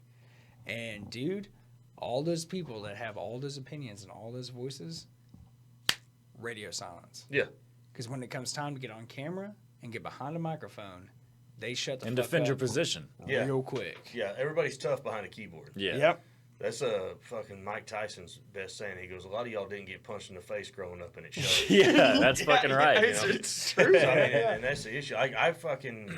And like people are like that, even not politics. I mean, the fucking keyboard makes people so fucking strong. Yeah. I don't think it's a good thing, man. I posted just a clip of a show I did the other day. And this guy immediately gets on there and starts talking shit. And he's like, oh, this must have been a small event. It looks like you're telling jokes to your friends in a garage. So, of course, I go and I look at his page. And I'm like, oh, am I getting talked shit to by a guy that wears a jersey while he plays cornhole like it's a real sport? This guy immediately comes back. He goes, you need to watch who the fuck you're talking to. I paid cash for my truck, my camper, and my boat off of playing pool and cornhole. You don't know what the old man's capable of that you talk shit to in a bar. You better watch out. Not all drunks are drunks. And I was like, what the fuck are we even doing so here? Now I look and I'm like, oh, okay, you live in Midland. So then I respond back on a private message. It says, hey, man, I know how to get to Midland. Like, fucking send an invitation, motherfucker. yeah, dude. Yeah. Fuck you, dude. God damn it, I get fucking fired up. That's the thing, man. It's like people get so brave, especially when it comes to comedians, like audience, like talking shit to comedians. Yeah, right? yeah. And I'm like, dude, all the comedians I know the majority of them have been to prison. Like these are like actual psychos. You don't want to like deal with this shit. So it's like when the Chris Rock and Will Smith thing happened. Of course, fucking for 6 months after that, somebody at every show had to say something. Yeah, something about it. So people like there was a guy. His lady was the one that was talking shit at first, and then he popped off because I shut her down. And then he popped off, and he goes, "How you feel about Chris Rock and Will Smith?" And I could tell he was like, "How you feel about that situation?" I said, "The difference between me and Chris Rock is I'll hit you in the mouth with a fucking microphone." And then security came over and told him he had to leave. And I was like, I mean, fucking security's your best bet, bud. There's an easier fight down the street, I promise. I'll fucking hit you. I ain't fucking playing that shit. I did a show, a buddy of mine, J.R. Ross, when I very first started doing comedy, he was doing it. He did a joke about single moms. Yeah. It was a pretty in poor taste joke. Yeah. There's this We've all woman, been there. she's drunk and she's in the audience. She didn't like the joke, so she took off her fucking flip-flop and threw it at him on stage. So he picks up the flip-flop. She comes to the front of stage. He handed her a flip-flop back. I'm off stage. I'm watching it, and he introduces me. I come out. And she goes, "You better watch what you say, because I'll come up there." And I said, "Bitch, you come up here while I'm up here. You going back with less teeth." And her husband was like, "Shut up, Becky." But I haven't had any, like the only real physical altercation I had was because of Wayne Morris. Yeah. We were doing a show in Chickasha, and he was headlining. I had produced the show. I think I hosted it. And I put him on as a headliner, and there was this group of people. It was in a brewery. Mm-hmm. There's this group of people. There's just one table with probably 6 people at it, and they're talking through the whole show. Yeah. And I'd gone over there once. I was like, "Hey, can you guys keep it down? There's a show going on." I'm like, all right, sorry. And then they fucking get back up. It happens. So Wayne's fixing to go up. I said, "You good?" He goes, "Yeah." He goes, "I'm going to shut him down." I'm like, "All right, man, be careful how you do it. There's a right way and a wrong way." Yeah. Wayne knows the wrong way. So Wayne goes up on stage. First thing he says, he goes, "Hey, if you faggots will shut," he says, "if you faggots will leave, I'll pay your bar tab." And the guy turned around and goes, "The fuck did you say?" So he repeats himself. You heard me. So I just say it again. So the guy stands up and starts coming to the stage. Now, when he stands up, it's when Wayne realizes this dude's a lot fucking bigger than he looks when he's sitting down. Yeah. So he gets up and he starts walking towards the stage. Now, there's another reason why I cut back on drinking. I have gout. Oh, shit. Yeah. I'm having a gout flare-up on this day. My right foot feels like it's fucking broken. So I see it coming. I'm fucking hobbling towards the stage. I go to step up on the stage. I step up with the wrong foot, which just goes out from under me. So I collapse. As I'm going down, this guy reaches over the top of me and fucking clocks Wayne. Boom! And then I stand up in between them, and then I get them pushed apart. So the guy got one good shot in. I'm pushing this guy back. Now, we get those guys outside. Come to find out, that guy with the group of people, his nephew, they had all come out to have a drink because his nephew was coming out to his family. Oh, shit. Oh, okay. Which Well, ain't good for you. The faggot line. Yeah. You know that? Hit a little too close to home. Wayne calls everybody a faggot. It has nothing to do with their sexual orientation. So, like, not knowing that. And, of course, this guy, that word's a little bit sensitive right now. Yeah. So that's why it boils into that. So here's another. We're doing a I'm fucking going forever. Oh, yeah, absolutely. We're doing a show in Amarillo, Texas. Yeah. And how is the comedy scene out there? Yeah, it's there. Okay. Colin Robinson, I think is his name. He's one of the comics out there, and he had hooked us up with this spot to go do a show. It's a little bar, and he meets us there. And we're getting stuff set up. And he goes, "Hey man, don't do any politics." Yeah. I said, I don't do political Dude, jokes. if someone told me don't do politics, I'd be like, I don't have any material. He's like, here's why I say that. He goes, I'm from here. Everybody here knows me. Everybody here knows I'm a Republican. But I did a joke saying, I can finally be proud to be a Democrat. We're responsible for the stimulus checks you got. That's his joke. He says, I can finally be proud that I'm a Democrat, and they unplugged his microphone, started rolling. Oh, shit. Show over. That was the opening line of the show. He was hosting it. opening with that joke. Holy shit, Unplugged dude. the mic, started rolling up. Fuck you. No blue in here. Get out. Dude, I gotta So fuck, fuck I free gotta, speech then. I gotta And fuck off Collins- with the politics shit And for a while. Colin's like, Dale, it's a joke. You know. He goes, didn't find it funny. You can go. Show over.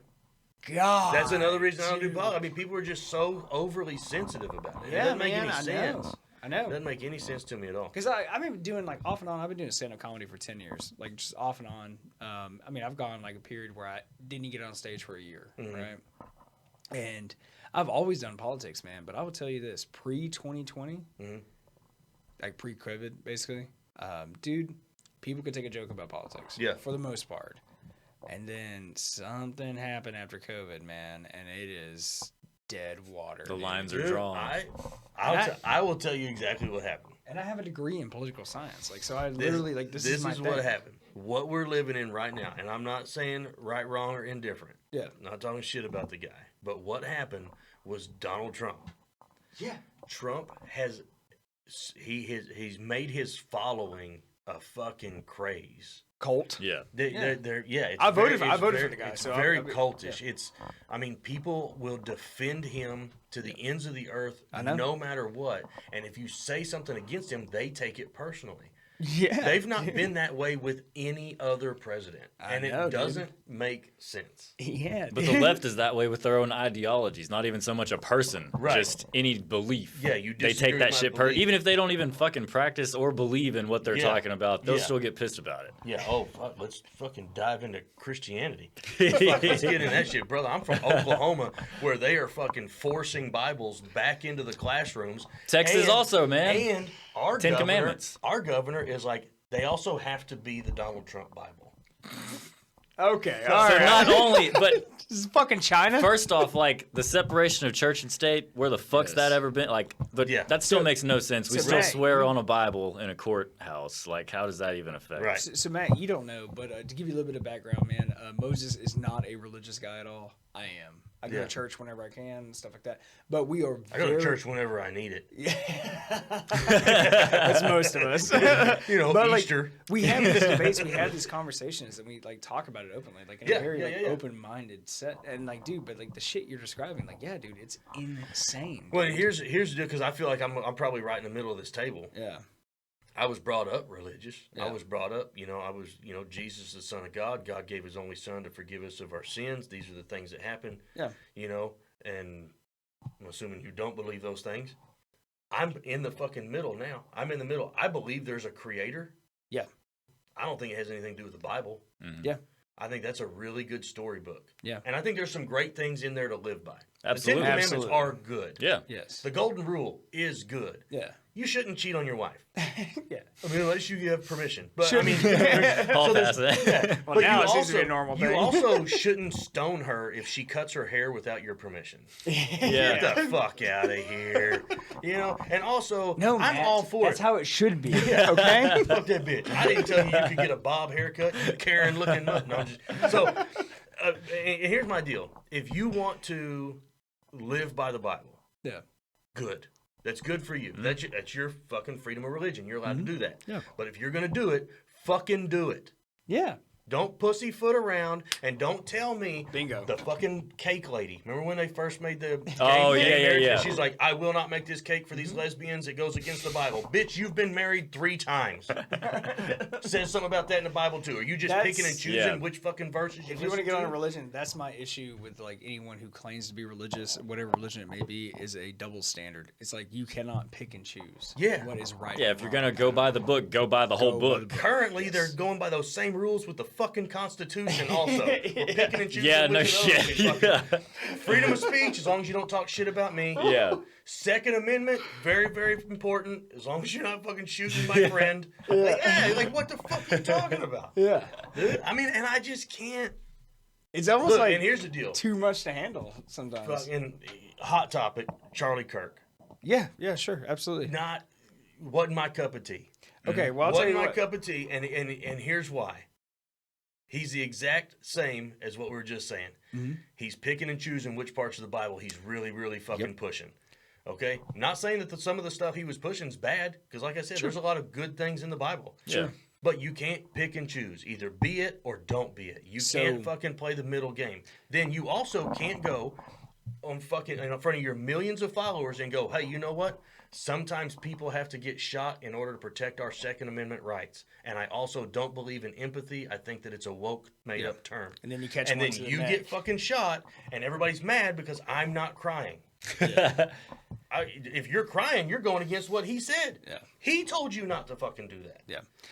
Now, I disagree with it. I think that empathy is a very fucking good quality that people should have. Absolutely. Empathy and sympathy, I also think you shouldn't fucking shoot people just because they disagree with you. Yeah, that's a good start. Even though I've fucking thought about it a few times, but my wife's still alive. You know, I didn't want fucking Olive Garden, but I didn't shoot that bitch over. I just ate Olive Garden, kept my mouth shut. You had the breadsticks and shut the fuck up. I had the breadsticks and fucking dealt with it. That's my problem with it. Is everything is fucking it's two-sided. Yeah, my thing about Charlie Kirk, man, like to talk on that a little bit is. So I'll say, as a Christian, I did not like him bringing in Christianity into the political spectrum. Mm-hmm. It was a big focus. I did not like. I was like, keep that separate, okay? I treat religion kind of like your sex life. Keep it behind closed doors, man. Yeah, like just I don't like fucking gay pride rallies.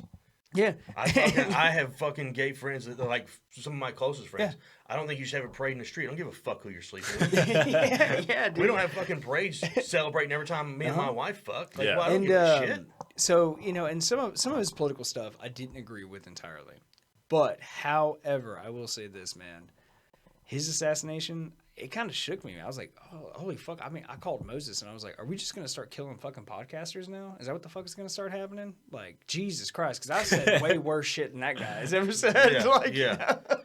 Yeah, it's well, no offense, but you ain't got enough followers for anybody to shoot you. That's what I said. I was like, we don't have shit to worry about. You're good. Yeah. I mean, you'll be all right. I mean, unless Tom next door gets pissed off about something you said, I don't know.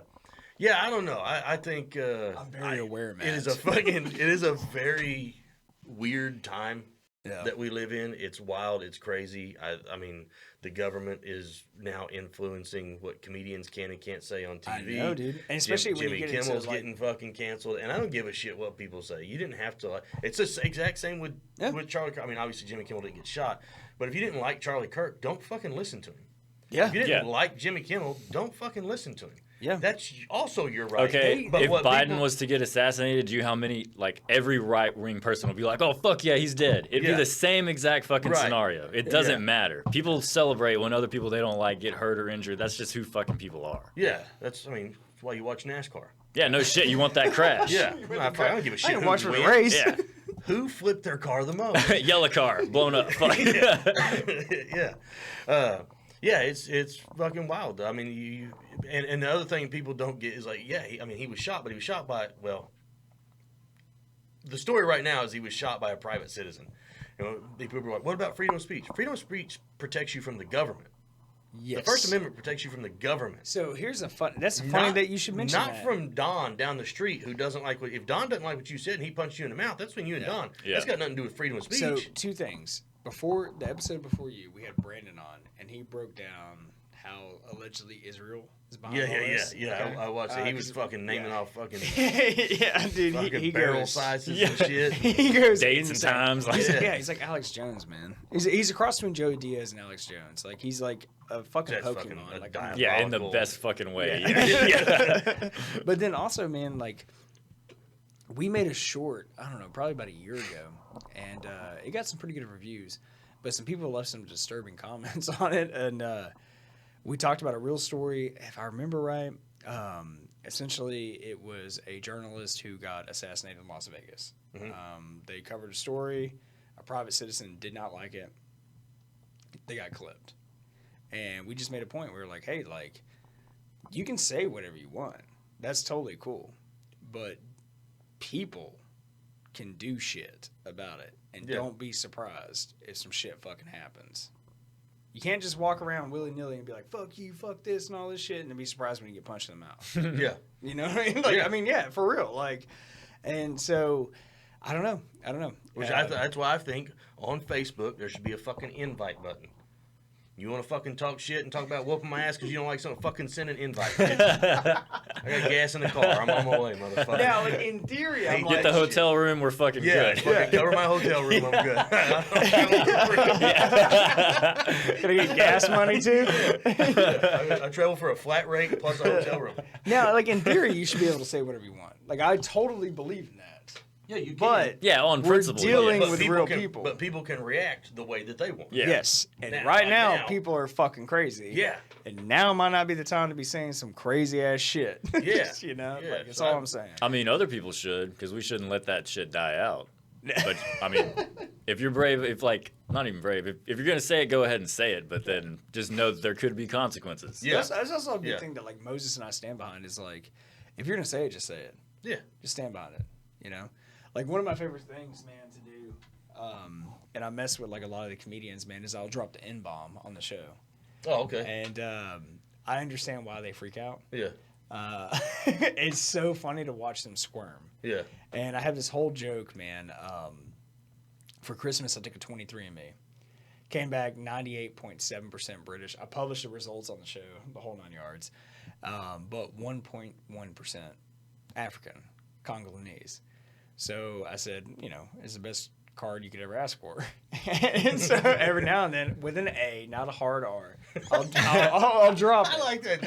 I don't give a fuck. That doesn't make any difference at all. I give a shit how you spell it. It's You the wanna same see- sentiment. And I know why. I see why he does it, but you want to see Dakota squirm? Look up any time that I've said it in front of him. He's just like, oh, God, he said it. Even Brandon will do it. They'll be like, oh, you can't say it. And I'm like, whatever. Like, where do you draw the line? Yeah. You know? It is. I was. Dude, who was I watching? I was watching fucking Louis C.K. was talking about, which, you know, Yeah. Louis C.K. has said it in a special Yeah. and got away with it. Tom Segura did too. Wasn't- Tom wasn't- Segura said it with a hard R. Yeah. So, just like anything else, if you say it right, and this is what I tell people all the time, because this is a question I get pretty regular, is like, hey, is there anything off limits in comedy? No. Everything's on the table. Mm-hmm. And it's an example I give. I say, now listen to the whole thing before you start judging. There's nothing better than a good rape joke. But it better be a good fucking joke. Because if it's not, it's just a shitty thing to say. Right? Yeah. So you can say anything you That is want perfect. as long as you fucking say it right. Yeah. It has to be well crafted. Yeah. You know, I mean, I've learned that the hard way. Trust me. Yeah, my wife does not like the names I call her. Apparently, she didn't like the way I said it. No, I'm just, no. But yeah, Did you use a hard R? There's nothing. No, she didn't like being called a cunt. Anyway, but I'm just kidding. I've never called my wife a cunt. I wouldn't be fucking sitting here. That bitch Stab you killed in me. the neck. Yeah. I refer to my wife as a bitch, and I've started doing it more, but not like I would never call my wife a bitch. Like never in an argument have I said, "Bitch, what you?" I would never do that. But like I tell some jokes where I'm like, my wife. I tell one joke where my wife's going through that part where her internal thermostat's broken. Yeah. That's where we're at in life. So sometimes she'll walk in the living room and go, "Ooh, I'm cold. Here, feel my hand." And I'm like, "Bitch, I believe you. Like, you don't have to prove it. You tell me you're cold." That's not bad at so all. I said, but I had a lady come to me after the show and she goes, "You know, it's kind of offensive that you refer to your wife as a bitch." I'm like, "You haven't met her." And the lady's husband died laughing, and then they walked away, and I was like, cool, I didn't have to fucking deal with that crazy ass very much. Yeah, like, how do you know it's a wrong thing to say? You ain't fucking met her. You know? shit, I call my daughter a bitch in my show too. You ain't met her either. She's fucking crazy. How much time are you doing tonight, man? You doing 45 or you doing an hour? I mean, it depends on the crowd. I'll probably do an hour. Damn, I'm excited, man. You're gonna be a funny dude, man. Well, I don't know about that. Well, we got a bunch of people that paid for tickets. So. They already fucking paid. Fuck them. That's too late. It's gonna air after this. So Yeah, who we knows? ain't giving them their money back. Yeah, if they don't like knock jokes, fuck them. I said it'd be a show. I didn't say it'd be good. Yeah. I told you I'd show up. That's all. That's Done all I my part. promised. I'll do my best. Dude, have you checked out Joe DeRosa's new special? I'll send you a link to it, man. It's I don't watch a whole lot of comedy. Dude, it's on YouTube for free, man. I watched it like 4 times. It is absolutely hilarious. Here's my deal. I don't watch anybody that's remotely like me. Yeah. Because you don't want to accidentally get some shit up. Yeah. Yeah. Yeah, I didn't work with Wayne for several months. Like we were like Wayne was my guy for like 3 years. Yeah. He featured for me everywhere I went. And then at the beginning of this year, he was headlining some of his own shows, so I just picked up a new feature. That's kind of was my goal. Is hey, you featured for me for a long time. Now go headline your own shows. I'll get a new feature, and once he'll work with me for a little bit, and by the end of the year, he'll have an hour written and ready to go. All right, now you go headline your show. So it just kind of everybody builds. But now we've got several shows coming up together here towards the end of the year, but it had been several months since I'd worked with him, and I'd written a new joke that I was kind of working on during my regular set, and we did a show together in Stillwater a few weeks ago, and he featured, and he tells a joke on stage, and I was like, oh shit, that new joke I've been doing is really similar to Wayne's joke. Yeah. So I was like, I didn't realize it because it's been so long since I'd heard him or seen him, so I just cut it. Like, all right, I just won't do it because it's too close. Yeah. And what sucks is because I'd written that joke because it was a lead-in, it was a setup for the better joke. So now I've got to come up with a new setup for the better joke that doesn't sound like Wayne's joke. I live in fear. I live in absolute fear of writing a joke and then somebody being, oh, somebody else said that. Just stop doing it. It's like, oh my God, dude. Because you also don't know what you've seen or like heard. And I watch a shit ton of stand-up comedy. Yeah, see, that's why I don't do it, though. Yeah. I only watch comics that are fucking, like, I'll never say anything Chris Rock says on stage. Yeah. Or like Dave Chappelle or something. Yeah, like I'll that. never, so, I mean, I'll watch clips and bits of people, because mainly I watch people because I want to see what their setup is. Yeah. Like, what's the, like what kind of lighting are they using? How many cuts are the they production having? side Yeah, of things. really the production side. So I'll watch like clips and bits, or if somebody says, "Oh, you got to hear this new joke by so and so," like I'll watch it, but I just don't watch a whole lot of stand up.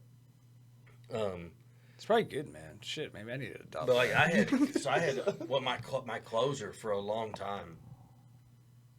My son called me one day, and he goes, "Hey, Andrew Schultz has got a joke a lot like yours." And I was like, "What joke?" And he told me it was my closing joke. And I was like, "Motherfucker!" So then he sent me a link to it, and I watched it, and it was real fucking close. Now it's an easy premise. Sure. Yeah. But then we just told the joke very similar. Now I have video of me doing this joke before Andrew Schultz ever blew up, so I didn't even know who he was. So I didn't even hear it from him. It's just an easy premise, parallel thinking. It happens, but I also was real quick to realize he's bigger than me. Yeah. It's automatically his joke. Doesn't matter if I was doing it first. Ain't that a bitch? Yeah, it sucks because it's fucking good. And I'll do it sometimes. Like, I won't do it in comedy clubs because I feel like people who go to a comedy club are comedy fans. Yes. Yeah. There's a chance they might have seen it. Like, someplace like tonight, these are just people who are like, oh, shit, a comedy show close. I'll go. I might do it tonight. Yeah. Because there's nobody there tonight. Well, I'll tell you a who true story, Andrew Schultz is. So last year, Moses and I, we took a trip to Austin, man. We went to go see a bunch of comedy shows. I was planning on doing a bunch of comedy, but it just turned into belligerently drinking.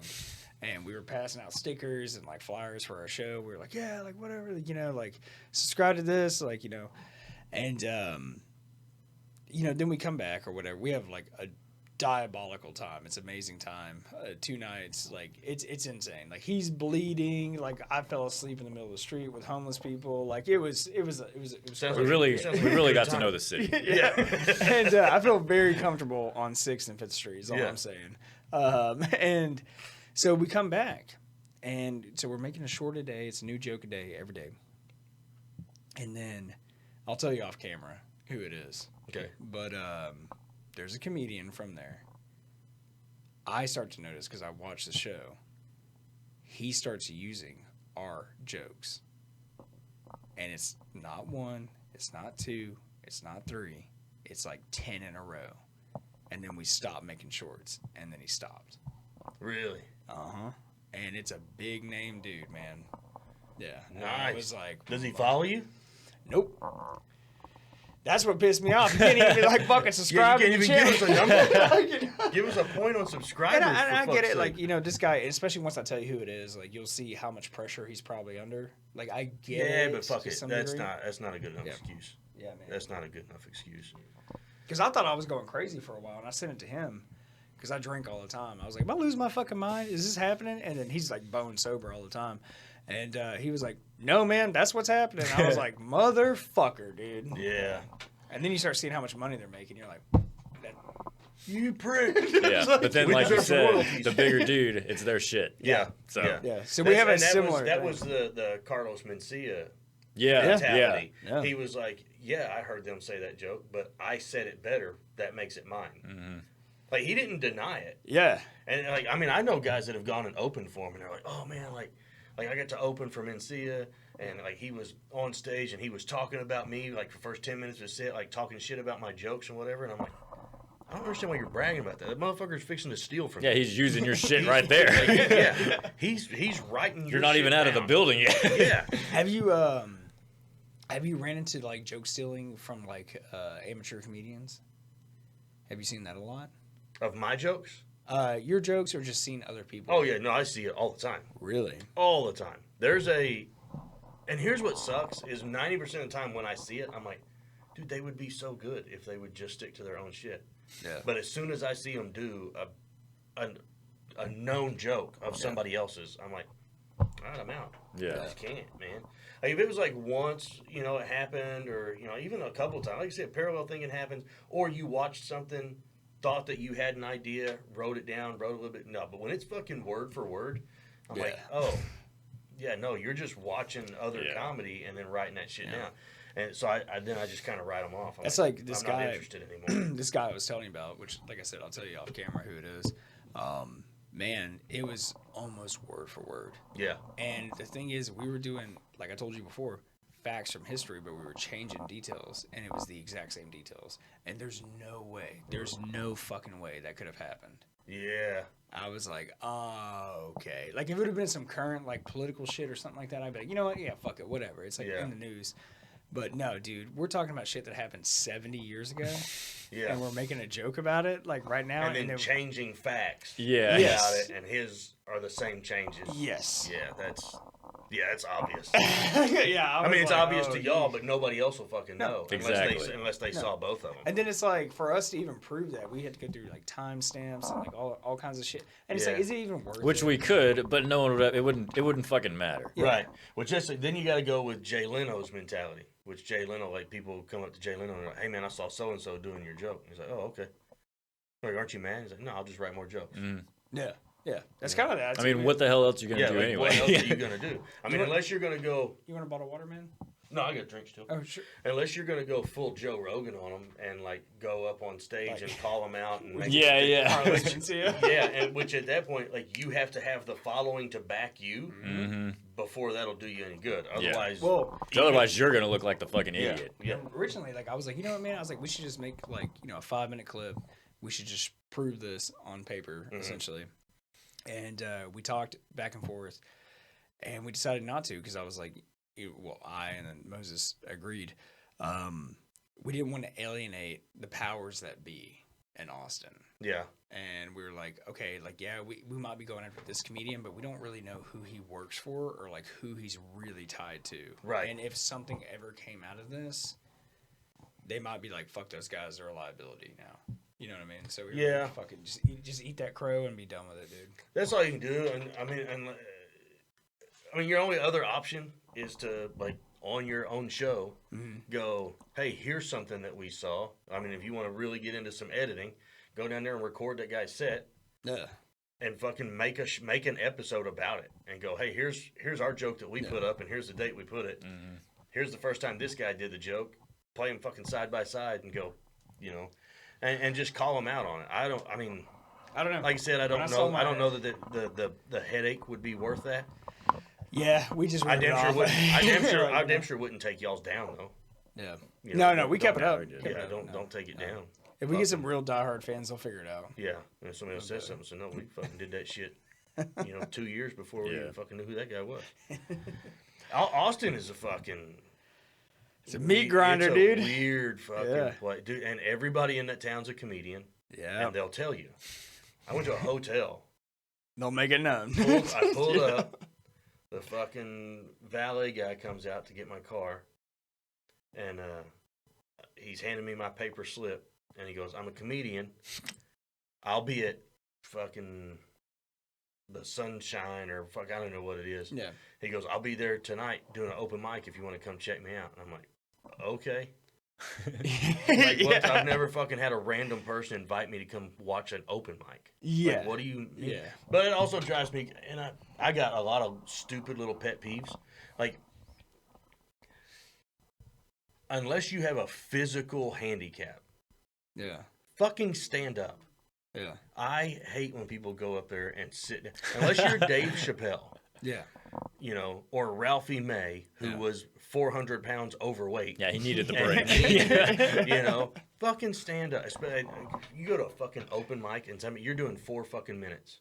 You got 4 minutes. You can't on stage. stand? You got to go up there and adjust the stool and get on the stool and then go, well, guys, here's what... Fuck off. Stand up. Do your shit. You know, I kind of have a pet peeve too, man. Like, kind of similar to that. I don't... And no shade on you. Not talking shit if you do this. I do not use books and I do not use note cards. Oh, yeah? When I'm on stage. Like, it has to come from the head. Okay. And if it comes out shitty or whatever, it means I just wasn't prepared enough. I use notes. Yeah. And I have Everyone I know does. I have to. Everyone I know does. But for me, for some reason, it doesn't feel right. I mean, we can compare head injuries. But I have no short-term memory at all. Hey, but at the end of the day, man, if you're giving a good show, it don't fucking matter. Remember I was doing that, I went up to do that Crackpots. Of course, by the time we got there, I was like, fuck this guy. I don't give a shit what he likes or doesn't like. He didn't promote my goddamn show. No I just shit. drove 16 hours one way for 9 fucking people. One of them's 75 years old. He's not even going to live long enough to follow me on fucking Facebook. But he was like, no notes on stage. I was like, fuck you. Like, you know, look at my medical chart, bitch. Like, I hate that I use notes on stage. Yeah.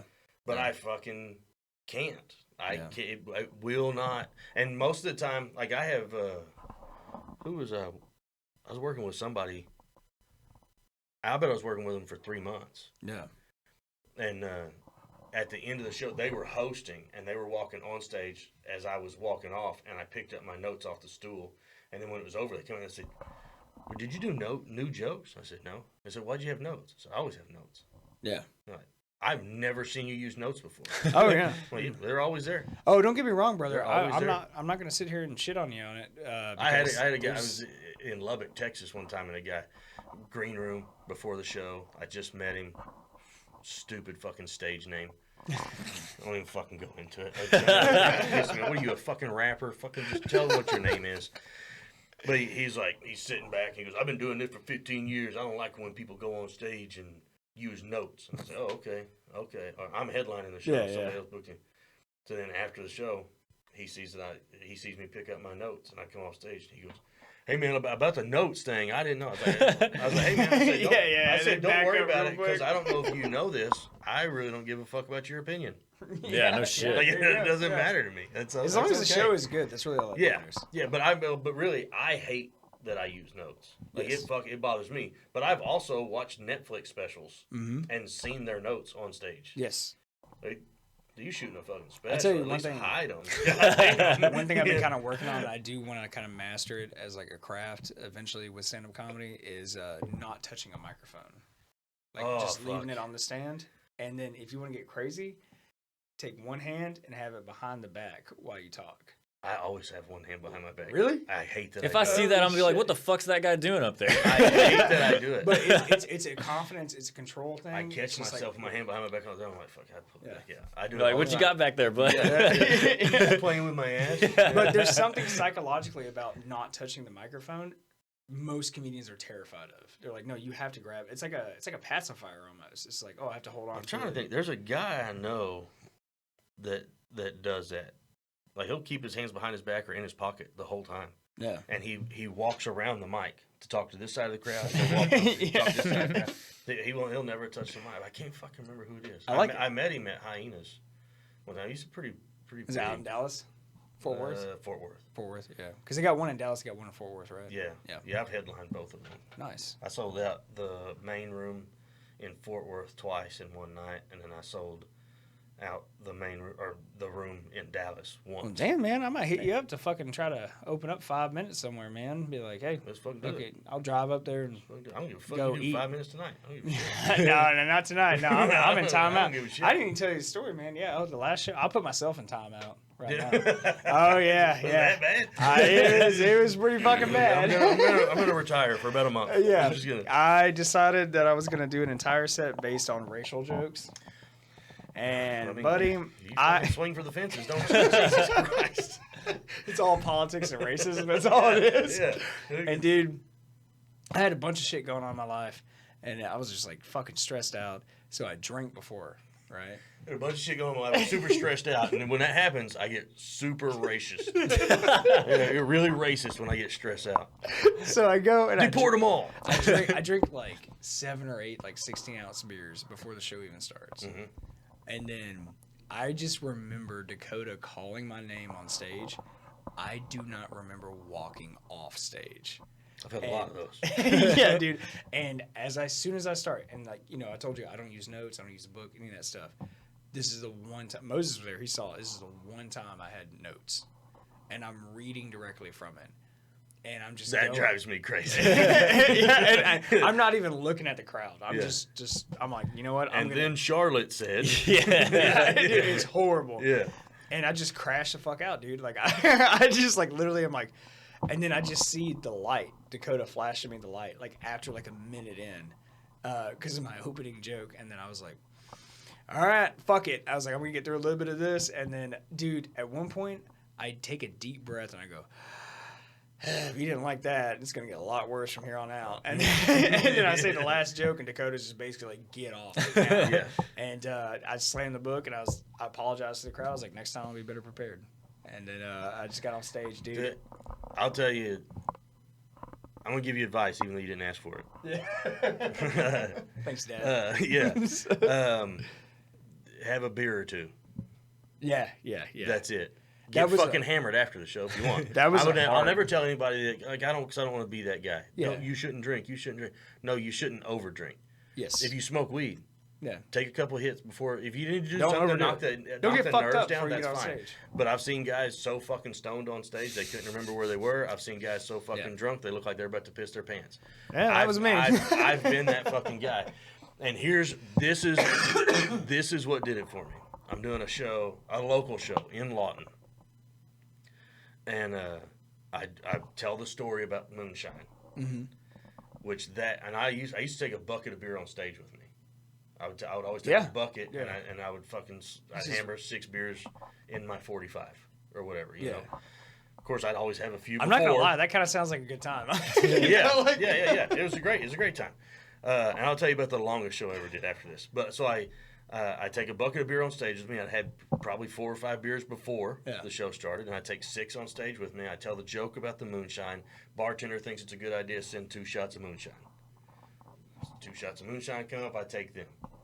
So then I'm telling more stories about drinking and all this shit. Next thing I know, there's 4 shots on the fucking monitor in front. So I take all 4 of those shots, and I go on.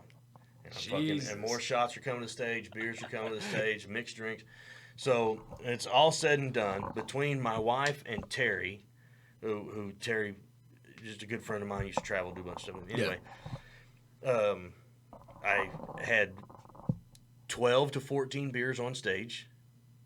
I had 12 to 14 shots on stage, and I had 2 mixed drinks while I was on stage. Drank them all. Probably did an hour, and this is in about an hour and 20 minutes. So I woke up the next day, and I asked my wife, I said, well, how'd the show go? Because I don't fucking remember it. Yeah. You know? She goes, I'll be honest with you. Everybody had a good time. She said, but if you'd have recorded it and watched it back, you'd be disappointed in yourself. Yeah. Haven't drank on stage since. Yep. That's all it took. That's where I'm at right now, man, because I remember when I got to the show, I pulled Dakota aside. I got there like an hour or 2 early. And I was like, I can't do this tonight, man. My material is brand new. It's not prepared. I've been drinking already. And then he basically was like, no, you're going to learn a lesson. And put me up there, got me off real quick. And I was like, point made. Got off. So that was all it took is, you know, and of course my wife knows my mentality. You know, I don't give a fuck if people are mad at me. Sure. If somebody's disappointed in me, That fucking breaks my heart. Yeah. You know, my mom, that was the worst thing she could do. My mom would go, I'm not mad at you, but I'm really disappointed in the choices you made. Oh, I'd fucking go sit in my room and just like, I'm a piece of shit. Yeah. Like, it would fucking crush me. Yeah. So I don't like to disappoint, which I think is why I don't like the shock jock. I like watching shock jock jokes. Yeah, absolutely. I don't like doing them. Yeah. Because when I walk off stage, I want everybody to have had a good time and have related to something that I said. So that's what makes me feel good. And I'm not going to I quit working in casinos because I didn't feel good about my job anymore. Yeah. I'm not going to fucking do a job if it didn't make me feel good. Mm-hmm. Yeah. You know, comedy's no different. Longest show I ever did. I booked a show in Medicine Park, and there were 2 other guys supposed to be on the show. They were supposed to do 30 minutes each, and then I was going to do an hour. Mm-hmm. So we sold tickets. It's going to be a 2-hour show. Place is full. Probably 65, 70 people. It wasn't a big place. Decent little crowd. Good show, though. Great room. It was awesome. Other 2 guys fucking bail on me. Don't even show. Oh, I just sold tickets to a 2-hour show. Dude, I would be freaking the fuck out. So I went on stage and I did 2 hours and 10 minutes by myself. Damn. Took a bucket of beer with me. Had another bucket delivered while I was up there. Never lost an audience member. Had their attention the whole time. Didn't lose anybody. Holy shit, dude. The only reason I had to cut, because I'd have kept going. I was having a fucking blast. And the only reason I had to quit right there is I drank 12 beers and was about to piss my pants. So I went ahead and ended the show right there. But I did 2 hours and 10 minutes by myself. And it was one of my favorite shows I've ever done. Dude, talk about a trial. Never booked those 2 motherfuckers again. Yeah, no shit. Fuck them. That's one thing I've learned in this industry, man. Is like once you burn somebody, man, like you might as well write that shit off. Dude. So I used to have a ton of hate. So like I said, I'm from Lawton. It's an hour and a half to Oklahoma City. It's 3 hours to Tulsa. Yeah. I didn't do a lot of open mics. I just started producing my own shows and working shit out as I went, and made it work. Then I started venturing up. Then I started learning more about, because I still didn't know. I'd been doing comedy for 2 years and didn't know anything about the comedy scene. Yeah. I didn't know there was a scene up there. I didn't know none of that. I'd never been to a comedy club at that point. Damn. I'd never even been to a show. My show is the only comedy show I'd ever been to at that point. I am the show. Yeah. So then I started venturing up there into Oklahoma City, and I was like, oh, these motherfuckers don't like me. Like, they fucking hated me. Yeah. I'm like, what is the comedians or the people? The comedians fucking hated me. Yeah, comedians. And I couldn't figure out what was going on. And then I was like, oh, they don't like you because you're working. Yeah. I'm like, isn't everybody? No. They're fucking doing open mics and hoping somebody finds them. Yeah. And they think that's how it works. Oh, I just got to go to open mics all the time and fucking, Joe Rogan's going to stroll through one day and just take me on the road with me. Never going to to happen. Motherfucker, that's not the way it works. Then I do a show. I had a guy, I don't give a fuck. I'll say names because fuck him. Yeah. Lenny Van Horn, who's an Oklahoma City comic. He's a very funny guy. He was featuring for me quite a bit. I was producing quite a few shows. He's one of the only Oklahoma City guys that would have anything to do with me. Yeah. And he was good, but he worked. Yeah. Then I produced a show in Duncan, and I'm like, hey, man, we need one more person for this show. And he goes, we'll put this guy named Chandler Roan on the show. Chandler lives in Austin now. He goes, he's from Duncan. I was like, all right, cool, local guy. It's a guest spot, which means you don't get paid. Yeah. And guest spot is, hey, you're getting stage time. That's your pay. Yeah. So Lenny reaches out to him, asking him if he wants to do a guest spot. He comes, he does a show. It's a fucking shit show. Like, nobody. It's a so small crowd. Like, it cost me. It's still, I mean, we had tickets, but it didn't cover what I had in it. We fucking lost money. Yeah, definitely lost money. And here's the thing. I lose money. I still pay the people I put on the show. Yeah. Absolutely. I lost more money, but they're getting fucking, it might just be gas money. Yeah. They're not making a living. Yeah. But I didn't cost them anything. Sure. So Chandler comes to me after the show and he goes, hey, how much are we getting for this? And I was like, well, first of all, I didn't make any money on this show. And second of all, you had a guest spot. Yeah. And he goes, oh. And he walked off. Next day, I get a message from him. He said, hey, man, I don't know if you know this, but it's customary to, even if it's a guest spot, if they travel from out of town, like, you at least throw them some gas money. I'm like, from out of town? Like, Lenny told me you're from Duncan. He goes, yeah, I'm from there. He goes, I don't live there anymore. He goes, I live in Oklahoma City. And I was like, oh shit, man. Yeah. I didn't know that. Yeah. I said, I tell you what, I'm on my way into Apache. I'm fixing to lose phone service. As soon as I get back into service, send me your Cash App. I will Cash App you some gas money. Yeah, 30, 40 bucks. He's like, okay. So I go to Apache. I'm there for about 2.5 hours. I come back. As soon as I get back into cell phone range, my phone is ba-bing, ba-bing, ba-bing, ba-bing. I look at it. He has taken to social media and said, don't ever work with Matt Ferrell. He won't pay you. Like, he's fucking going off. And all these other people are fucking commenting on it already. All these other Oklahoma City comics. Oh my God, he's a piece of shit. I can't believe he would do that to you. People that I had put on shows and had paid before were commenting, going, oh my God, I can't believe he did that to you. What a piece of shit. Oh, you bandwagon bitches. That's all so then I message him back, and I'm like, hey man, here's the deal. You need to take that off your social media. Our first thing I did is I Cash Apped him. I sent him the money I said I was going to send. Yeah. Then I messaged him. I said, hey man, you need to take that off your social media. I told you I would Cash App you as soon as I got back into phone range. I have done that. Don't fuck with me. Yeah. And he don't say nothing. Then I look, and I go back and look. It's still up. And I said, here's the deal. If you don't take it down, next time I see you, I'll put fucking hands on you. Yeah. I'm not these guys you're used to dealing with. I Sure. won't fucking play. Nothing. 10 minutes later, it fucking comes down. I'm like, okay. So then I see that motherfucker. Yeah, the threat of violence is a very powerful tool. Yeah. So then I see him around at a few things, and like he avoids me. Like I'm trying to sell him fucking blankets, you know. And so he just stays away from me. And then the next thing I know, I saw him because I really didn't like. Hey, once it's said and done, I'm over it. Yeah. Like we can move on. I've been in fucking knockdown dragouts with my best friend. The next day, I still picked him up so we could go to work together.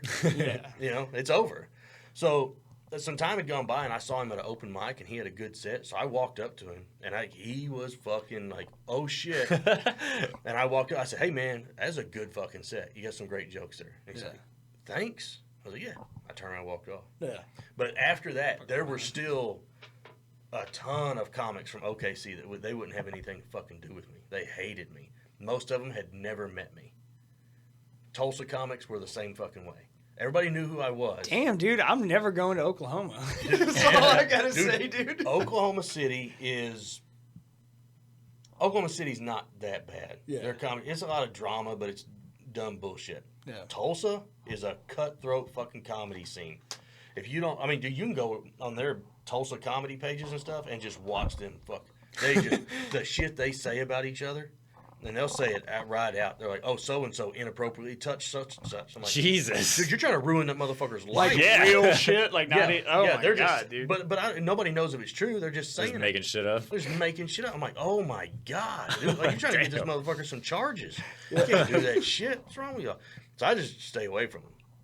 I would too, bro. So then, like, when some of the OKC comics started coming around a little bit, and I had a few of them that I was putting on shows, and they were going with me, they wouldn't help promote shows. They would wait until 3 minutes before the show's supposed to start before they would show up at the venue. They don't get that hurts them too. Like, that's stupid as fuck. They don't fucking get it, man. So, comedians are like some of the craziest people, but they're also some of the laziest people. Then that's when it's people who they think that all they do is work 1 hour a day. Yeah. They're not coming into it with a great work ethic. Yeah. But the then ones who have the work ethic, man, they're solid people. Yeah. They are. It's because they've worked their asses off for money before in their life. Yeah. You know, so they just brought that with them. But right about then is when I met Wayne, and Wayne had reached out. I just met Wayne randomly at a show that Andrew Patterson put on in Lawton, and after the show, Wayne was like, "Hey man, I'd like to work with you sometime." I was like, "All right, cool. Let's make something happen." Which people say that shit all the time, so I kind of take it with a grain of salt until something happens. The next thing you know, he goes, "Hey, I found us this place. I can book this show down here. Would you be interested in coming and doing it?" I was like, "Yeah, sure, I'll do it. I didn't have anything going." So we go down there. Them leading up to that show, like, Wayne's made flyers. He's went and had flyers printed out. He went and put flyers on every fucking windshield in that town. He's like posting it constantly on social media. He's doing paid ads. I'm like, oh, this motherfucker works. Mm-hmm. Yeah. That's why I work with fucking Wayne. Yeah. And then I quit working with those OKC comics, and then that started a whole new shitstorm. They're like, oh, you got too big for your britches. You too good to work with us. I'm like, no, I just started working with people that fucking help. Yeah. Mm-hmm. That's why Moses and I fuck with each other, man, because we both work our asses off. And then, like, the thing is, like, we're so in sync. We've also known each other. We were childhood, like, best friends, man. So we've known each other for over 20 years. We don't even have to check in with each other. We just do it. Mm-hmm. And even if he makes a decision or if I make a decision that one or the other doesn't really entirely agree with, we know that in that moment it was made with the best intentions for the best reason. Yeah. If you got two people that are in sync and you both know what your end goal is. Yes.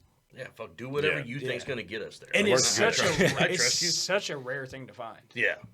It's like, this is really the only way it happens is if it's somebody that you've known forever. Yeah, yeah, dude. And I mean, and how many people still have friends that they had when they were kids? Like, I have very few. Not very many. Very few friends from when I was a kid. Yeah, there's only like 4 or 5 of us. Yeah. I mean, I've got a few friends, like, we'll still see each other. Like, if any of them ever called me, I would answer the phone. And I feel like if I called them, they would answer the phone. Yeah. But, shit, I might go 2 years without talking to them. Yeah, life just gets in the way, man. Yeah, like, last year, like, almost, like, just a little over a year, I lost both of my parents within a month of each other. Like, my dad died in a month, and 5 days later, my mom died.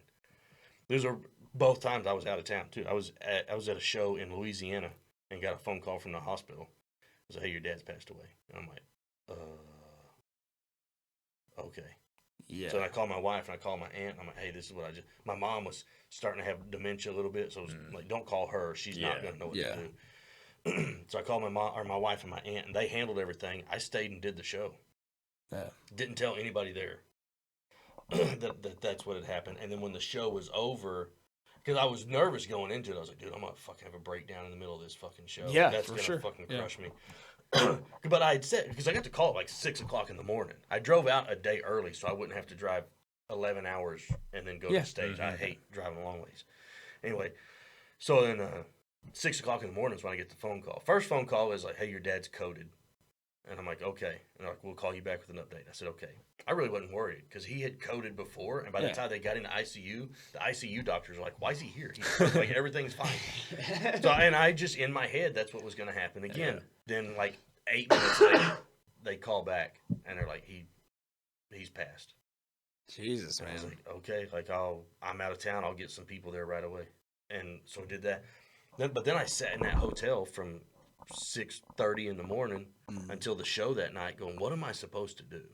Yeah. It's a 9-hour drive home. If I leave right now, if I cancel the show, I drive 9 hours straight through. By the time I get there, everything's already done. Yeah. Yep. And I left my dad alone for no reason because I didn't do what I came to do. And I'd leave these people high and dry. Mm-hmm. So you did the show. So because the day before, like when I left, I went to see my dad at the hospital. He'd been in and out. And I went in to see him, and I said, hey, are you sure you're good with me going? Like, I'll cancel. They can get somebody else. He goes, no, it's your job. Go. I was like, all right, cool. Like, and he was feeling pretty good.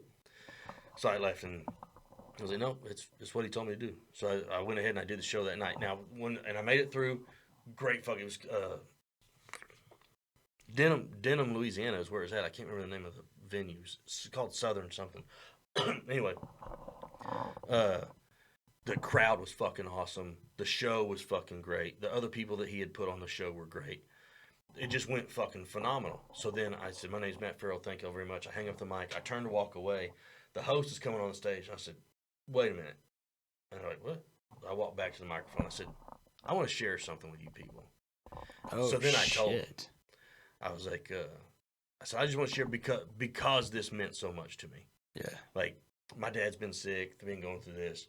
I said, I got to call. I drove in a day early so I wouldn't have to drive the day of. And everybody's like, the whole audience was like, oh, okay, yeah. I'm like, I got a call at 6:10 this morning that my dad had passed away. But I was already here, so I decided to stay and do the show. And I want you people to know that this is a show I'll never fucking forget. This show means the world to me. God damn, dude, you're going to make me fucking cry, dude. And I turned around, and so I said thank you, and I turned around and walked off stage. The girl that was hosting, her name's Dana Boucher. She's fucking very funny comic. She comes into the green room, and she's pissed. And I just met her that day. I didn't. I'm like, you're pissed for what fucking reason? Let me give you a few. She was like, what the fuck is wrong with you? I'm like, what? She goes, why didn't you tell us? Why didn't you talk to us? Like we could have, like we would have been there for you. She's a sweet person. I was like, I didn't know what to say. Yeah. Like, what am I supposed to say? Yeah. I said, and I think if I would have talked about it before the show, I don't know if I'd have been able to do the show. So that was crazy. Month and 5, I go home. My aunt and my wife got everything taken care of. We do my dad's funeral, which I had to deal with the VA to do it, which fucking hitting yourself in the head with a hammer dealing with it. You're preaching to the choir here. I'm sure you guys, use the VA. Yeah, y'all just have a hammer before you walk in. You just fucking hit yourself with it. But so then a month and 5 days later, a friend of mine's getting married. I'm also ordained, which is it's so stupid how easy that is. Yeah. Dude, like, oh, you just gotta go fill out some shit on the fucking line, and they'll send you a license that you can do. And it's crazy. I originally gotten it because my wife's cousin was like, "Hey, we're getting married. I'd like for you to do our wedding." I'm like, "I'll figure out what it takes to make it happen." Sure. Which I had told my wife, she figured it out. I've never filled out anything in my life. So, but since then, that's what it was for, was to do his wedding. I did like 4 weddings before I wound up doing his wedding, and I've done like 9 or 10 weddings since then. And now I just keep it up to date because people just randomly ask me to do their weddings. And it's fun. So a friend of mine, Brandon Whitaker, another comic, he was getting married, and he goes, "Hey, will you do our wedding?" For sure. They got married like southeast Oklahoma. Beautiful. Everybody rented cabins. It was awesome. I had shit phone service there, but my emails were coming through. And I'm the president of the board for our volunteer fire department in our area. Yeah. Also, I live out in the middle of nowhere.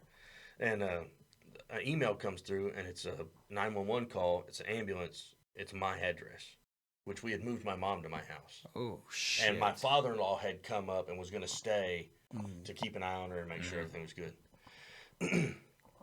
So I can't get a call to go through, though. Yeah. The wedding's fixing to start. And I'm like, oh, shit, like, I don't know what's going on.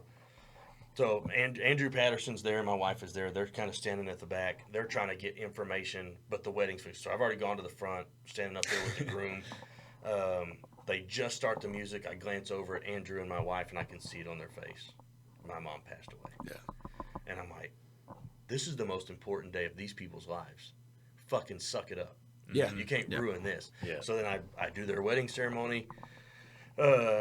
We're out of town. It's fucking 4.5 hours to home. I called my aunt. I'm like, my aunt is like, the fuck's every time you call me, somebody died. So my aunt, she's like, stay there, do what you got to do. Like, I'll take care of everything. So then we're at the little get together, whatever you call it, after reception or whatever, after the wedding. Reception. And Andrew says something to Brandon. I wasn't going to say anything to anybody. Andrew said something to Brandon, and Brandon walks up to me and he goes, "The fuck is wrong with you?" I'm like, you know what? I get that a lot. I'm like, I don't know, man. I don't know. Both my parents waited until I left town. Fuckers. Yeah. Starting to think they did it on purpose. Yeah. So that's, I get the whole, I for sure, like, can actually, like, resonate with that, man. Like, whenever you have, like, a tragedy and it's just like, I'm just going to do what I do. Yeah. And sometimes it's the most simplest things you have to do, man, because I lost my mom, like, when I was relatively young. I was in my early 20s, and it was a car wreck. Totally, like, just accident, just happened. And it's sometimes you just need the simplest things where it's like, you know what? This is what I'm doing right now. Yeah. And that's what gets you through it. Yeah. At least for the moment. I had a friend, she kept telling me, Anna Rhodes, another comedian, pretty much everybody I deal with is comedian. But Anna, she's a really good friend of mine, and she kept checking in on me, and she's like, "Hey, like, you just need to understand, like, grief is coming, and it's going to hit you, and you're not going to fucking know it's coming, so you need to be ready." Yeah, took me 7 years. And I'm like, "No, I'll be good. Like, I think I've got it under control." And then 6 months after, I'm sitting at the house by myself, working on a computer. I got fucking something playing on YouTube just for background noise on the TV. I'm, looking up venues or whatever, and nothing happened. But all of a sudden, I just stopped. I sat back in my chair, fucking started bawling. Isn't it crazy how that happens? Just uncontrollable, just bawling. And then I had a conversation with my dad, and I fucking told him what I thought about him. And I had a conversation with my mom, and I told her what I thought about her. And the whole time, my wife's dog is sitting over there going, "What the fuck is going on? This dude has lost his mind." Fucking lasted about an hour of just me. I was dehydrated at the end of it. I had cried so much. Then I got up, I went to the bathroom, washed my face. Fucking been good. Yeah. I still have rough days, like every once in a while. Sure. It's those things where you're sitting here, you're doing, it's like, oh shit, let me call my dad, he'll know. oh fuck, I can't. Yeah. Here's one thing I'm the most grateful for is, which I never do this. I had 2 voicemails on my phone. One's for my mom, one's for my dad. And like every once in a while, especially on the long road trips, You lucky son of a bitch. I'll play a voicemail from him. And at the end of both of them, my dad's complaining about something. I don't know what it is, but he's complaining about something. But I can hear his voice, and at the end of it, he goes, "All right, son, I love you." So I got that. And then with my mom, my mom would call me. She was just looking for an excuse to call. Mm-hmm. So she would call me about the most random shit. She'd call me and she goes, "Hey, I just want to let you know I saw some wasp out by our front porch. So if you come over, I just want you to be careful with the wasp out there." She goes, "All right, babe, I love you." And that's it. But I'm terrified to get a new phone. Like, yeah, I know you need that, to back that they up. can switch everything over and it'll be safe, but I'm terrified of losing that. You're lucky you have that, man. Yeah, super lucky. I'm really, really grateful for him. Yeah, it took me about, I would say about 7 years to come to terms with everything, which, like, I did lose my mother, like, in a tragic accident. And so there was a little bit more, like, I'm sorry, I don't mean it like that. Like, no, a little bit you're more, good. Like, shock and, like, this was completely unexpected. Yeah. So, yeah, but it took me about 7 years. Yeah. 7 years. And for the longest time. It happened when you were younger, too. It took you longer to early process. 20s. Yeah. So I'm still not even fully developed, like, in the brain, I think. I'm fucking 44. I'm still not fully developed. I'm still trying to figure shit out. I don't know why my dick does that. I don't know. But also, I think it, one thing, like, especially, like, with me and, like, the relationship I had with my mother is we connected over stand-up comedy. Mm-hmm. We had comedians that she liked. And now he's not very popular now, but Bill Cosby. Fucking greatest single special of all time is Bill Cosby as himself. I don't give a shit what anybody says. It's the greatest. And so, like, not a big fan of the rape. We used to, yeah. But the stand-up was all that on shit point. came out after she passed away. Yeah, so, yeah. I kind of say, thankful for that. She left still thinking he was America's dad. And so we connected, and then she slowly kind of got me onto, like, George Carlin. Yeah. And George Carlin was actually the first special I ever watched on HBO. Fucking George Carlin right there. No shit. Richard Pryor and George Carlin. I got to get 2 more. Yeah. I'm getting my Mount Rushmore of comics. The Hell other 2 are going to be Don Rickles and Robin Williams. Nice. Yeah. And I think it's going to be funny. Andrew Patterson, the guy that's on, he owns Comedy Avenue in Lawton, so he's a stand-up comic, but he's also a phenomenal black and gray tattoo. I mean, he's a great tattoo artist, but black and gray is what he loves to do.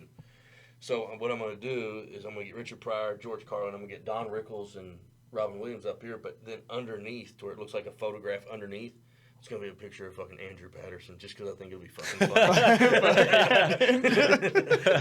I said, "Hey, man, so you put a picture of you on there." He goes, "I'm not fucking putting a picture of myself." I said, "I think it'd be hilarious." He goes, "It would be funny, but I don't feel good about putting a picture of myself." I said, "I fucking want it, though." Goes, "All right, I'll do it." But one thing I've noticed, man, about, like, from doing all these interviews and stuff is comedians that actually I would consider to be real comedians, not just open micers, but, like, really, like, put in the work, put in the time, and they really have a good story. They've all been through some shit, man. Like, I mean, for real. Yeah. And I think that's why I gravitate towards them so much. I'm like, like, I kind of relate to this because, I did time in Iraq. I lost grandparents, lost mother, like, all this other stuff. And so a lot of trauma, a lot of just horrible shit. And I don't know, man. Something about going to a comedy show, man. You can check out for 2 hours, and there's a bunch of other broken people there. The rest of the world stops. Yeah. And for 2 hours, we're just gonna laugh. Yeah. Then you can go back to doing what you need to. That's the magic of it. Is and that's our job as comedians, is to make everybody forget the rest of the world. Just a couple hours. That's all they need. All it is. Yeah. They need that break away from reality. They need to fucking get away from their kids. They need to get away from their bills. They need to get away from their in-laws, like whatever it is. They need to get away from their legal troubles. Doesn't matter. They just got to get away. That's our job. Yeah. We're their escape. So that's what we're supposed to do, is make them forget about everything else.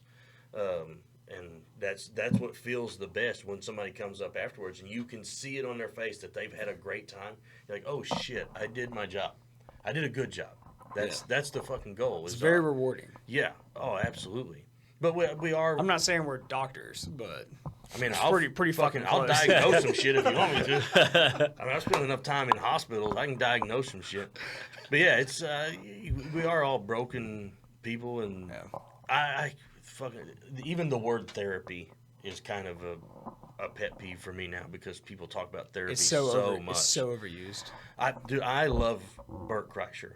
Yeah. I think Bert Kreischer is the hardest working comedian in the world right now. Yeah. It annoys me so much when I heard him say, my wife and I started couples therapy. We don't have any problems. We just wanted to get ahead of the curve. The So fuck you're are you taking even talking therapy about? before you need therapy.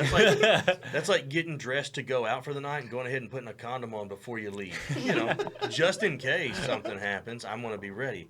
That doesn't make any so you're just spending money because you need to spend money is what you just fucking said to me. Because there's people out there that need fucking therapy that can't fucking afford it. But yeah, I mean, the therapy thing is find your own therapy. And for me, Comedy. this is it. If I can, I mean, I've got a lot of trauma. I've got a lot of bad things in my life that have happened over the years and grief and things like that. But for that 2 hours during that show, that's my escape from it as much as it is the audience's. So, I love it. It's fucking fantastic. Fuck yeah, dude. Well, man, you got the show tonight, man. I'm getting pumped. I'm ready. Like, we've been talking about this shit. This is going to be a good show, man. Yeah. So on average, how many shows a month are you currently doing? I try to do at least 2 shows a week. Okay. So like Friday and Saturday, I'm pretty much booked every week. Working, man. Yeah. I think last weekend I only had 1 show, but it's because it was a really long drive, and I was off the weekend before that. And then the weekend before that I had 2 shows, and the weekend before that I was off. Okay. So I take a couple weekends off here and there. Yeah. I'm not good at scheduling shit. Like, so what's today? The 20th? Yeah. I believe so. So tomorrow is my wife's birthday. So I should have taken off this weekend, but I didn't. But I did pre-order gifts and got to give them to her before I left. There so, you go. I won a little bit on that. Hey, it's the thought that counts. That's what they fucking say. You have a hard time convincing my wife of that. I thought about doing the dishes, babe. But yeah, I mean, I try to, ideally, what I really want to get to, I ultimately want to get to where I work 4 days a week. Where I work Thursday, Friday, Saturday, Sunday, and then I'm off Monday, Tuesday, Wednesday. That to me would be fantastic. Yeah, I can see it, man. Just based on your work ethic alone. Do you know who Bill Martin is? Bill Martin? Or William? He goes by William Martin now. No, he's a comic based out of Fort Worth. He's been doing it for a long. He got his start opening for George Jones. So nice. George Jones concerts, before the music would start, this guy would go on stage and do 15, 20, 30 minutes of comedy. Damn. To start the show. So he got George Jones's audience. Yeah. Well, that's my deal. Like, fucking, I'll go and open for anybody. Just let me be in front of their audience. Yeah. And if I can pick up some of their audience, that's the goal. I'm trying to get my numbers up. Yeah. So, but basically, William Martin's life, what he's got right now, that would be a dream for me. I mean, obviously, I would love to fucking do the Bert and Tom situation and, have millions of dollars in the bank. Fucking rocking and rolling. Driving a Porsche. Yeah. But even if I could just get to William Martin, which he's doing, and he doesn't work as much as I want to work, but he does these small town 300-seat theaters all over the country.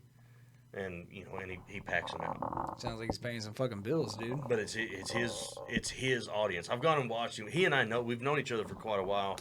Yeah. And I went to one of his shows just because I kind of wanted to see his production. It's very, very smart. Well, he doesn't have an opener. He goes out and he does 2 hours. Damn. By himself. Every show, that's what he does. But dangerous territory right there, dude. It's his audience. So they came to see him. It's people who came to see him. They want to hear his story. Yeah. So he can talk for 2 hours. He's got them. Now, if he was to come tonight and nobody knows who he is and he tried to talk for 2 hours, I'm going to guess at about 45 minutes, there's not going to be very many people left in the room. People are going to start looking for the door. Yeah, they're going to be like, I have to be quiet every time I go get a beer. I'm not doing this. So, but yeah, I would if I could have his fucking tour. I'd love it. I mean, I do some of those small theaters, and I fucking love it, because those are the best. Yeah. You do a 300-seat theater, and you get 250 to 300 people in there. It's fucking magic. It's awesome, and it's different. It's different from doing because I love doing clubs and bar shows too. Yeah. Clubs and bar shows are very intimate. Everybody's right here. The furthest person away from me, I can still make eye contact with them. Yes. So that's great. And everything's got to be fast. Then you do a theater show, you can slow down because you got to wait for your joke to get to them, and you got to wait for the laugh to get back. Yeah. So there's a little bit of that whenever you're doing those shows, and I enjoy. I enjoy the theatrics of it, the walkout songs and the stage lights and all those things. So I enjoy doing that too. Shit. What's your go-to walkout song, man? I got a buddy who's a musician, and I use one of his songs. You using it at night? Is somebody going to be doing walkout music? Yeah. Probably, yeah. yeah. They got it. Okay. I probably will. I probably will. Yeah. It's a buddy of mine. He's a country rapper. His name is Knuckles. And he's that guy's taught me more about social media than fucking anybody. He blew up and had hundreds of thousand followers on. He was making at one point in time, and I'll put his business out there. Sure. At one point in time, he was making $50,000 a year from Facebook. Damn. What's his name again? Yeah. But since then, because like when Meta and all that shit was doing their transfers and they were rewriting their rules and shit, they fucking deleted his account. Holy shit. Dude. And he had to fucking start over. And that's the second time his account, he got over 100,000 and got deleted and has had to restart. What would you do, man? Like, you fucking, like, my fucking head would explode. That's what I would do. I don't know where Zuckerberg lives, but I bet I can fucking find him. We could have a talk, Mark. Come on, Mark. Yeah, I know. You got plenty. Your bills are paid. Bitch, I need that money. Yeah. Give me my fucking money back. Yeah. Well, it's getting about that time, man. All right. Yeah, so let us know where to find you on all your social media networks. Matt Ferrell Comedy on everything. Facebook, Instagram, and what's it? TikTok. Yeah. Okay. Yeah. Go check out some of the reels. I've been trying to get better about posting reels and making funny shit. Usually I just post my shit. And it's not always as entertaining, but I'm trying to get better at it. Yeah. I'm terrible at social media, even though I know it's the most important thing. Yeah. So get your tickets, man. Small Price Productions. They do a comedy show at Mount Enterprise every month at the Yellow Rose Canyon. It is worth going to see. Trust me. All right, man. Dude, thank you so much for doing the show, man. Appreciate it. Yeah, you guys rock. You were a great guest, Love to come back. This is awesome. We're going to have a great time tonight, too. Oh, yeah. Hell yeah.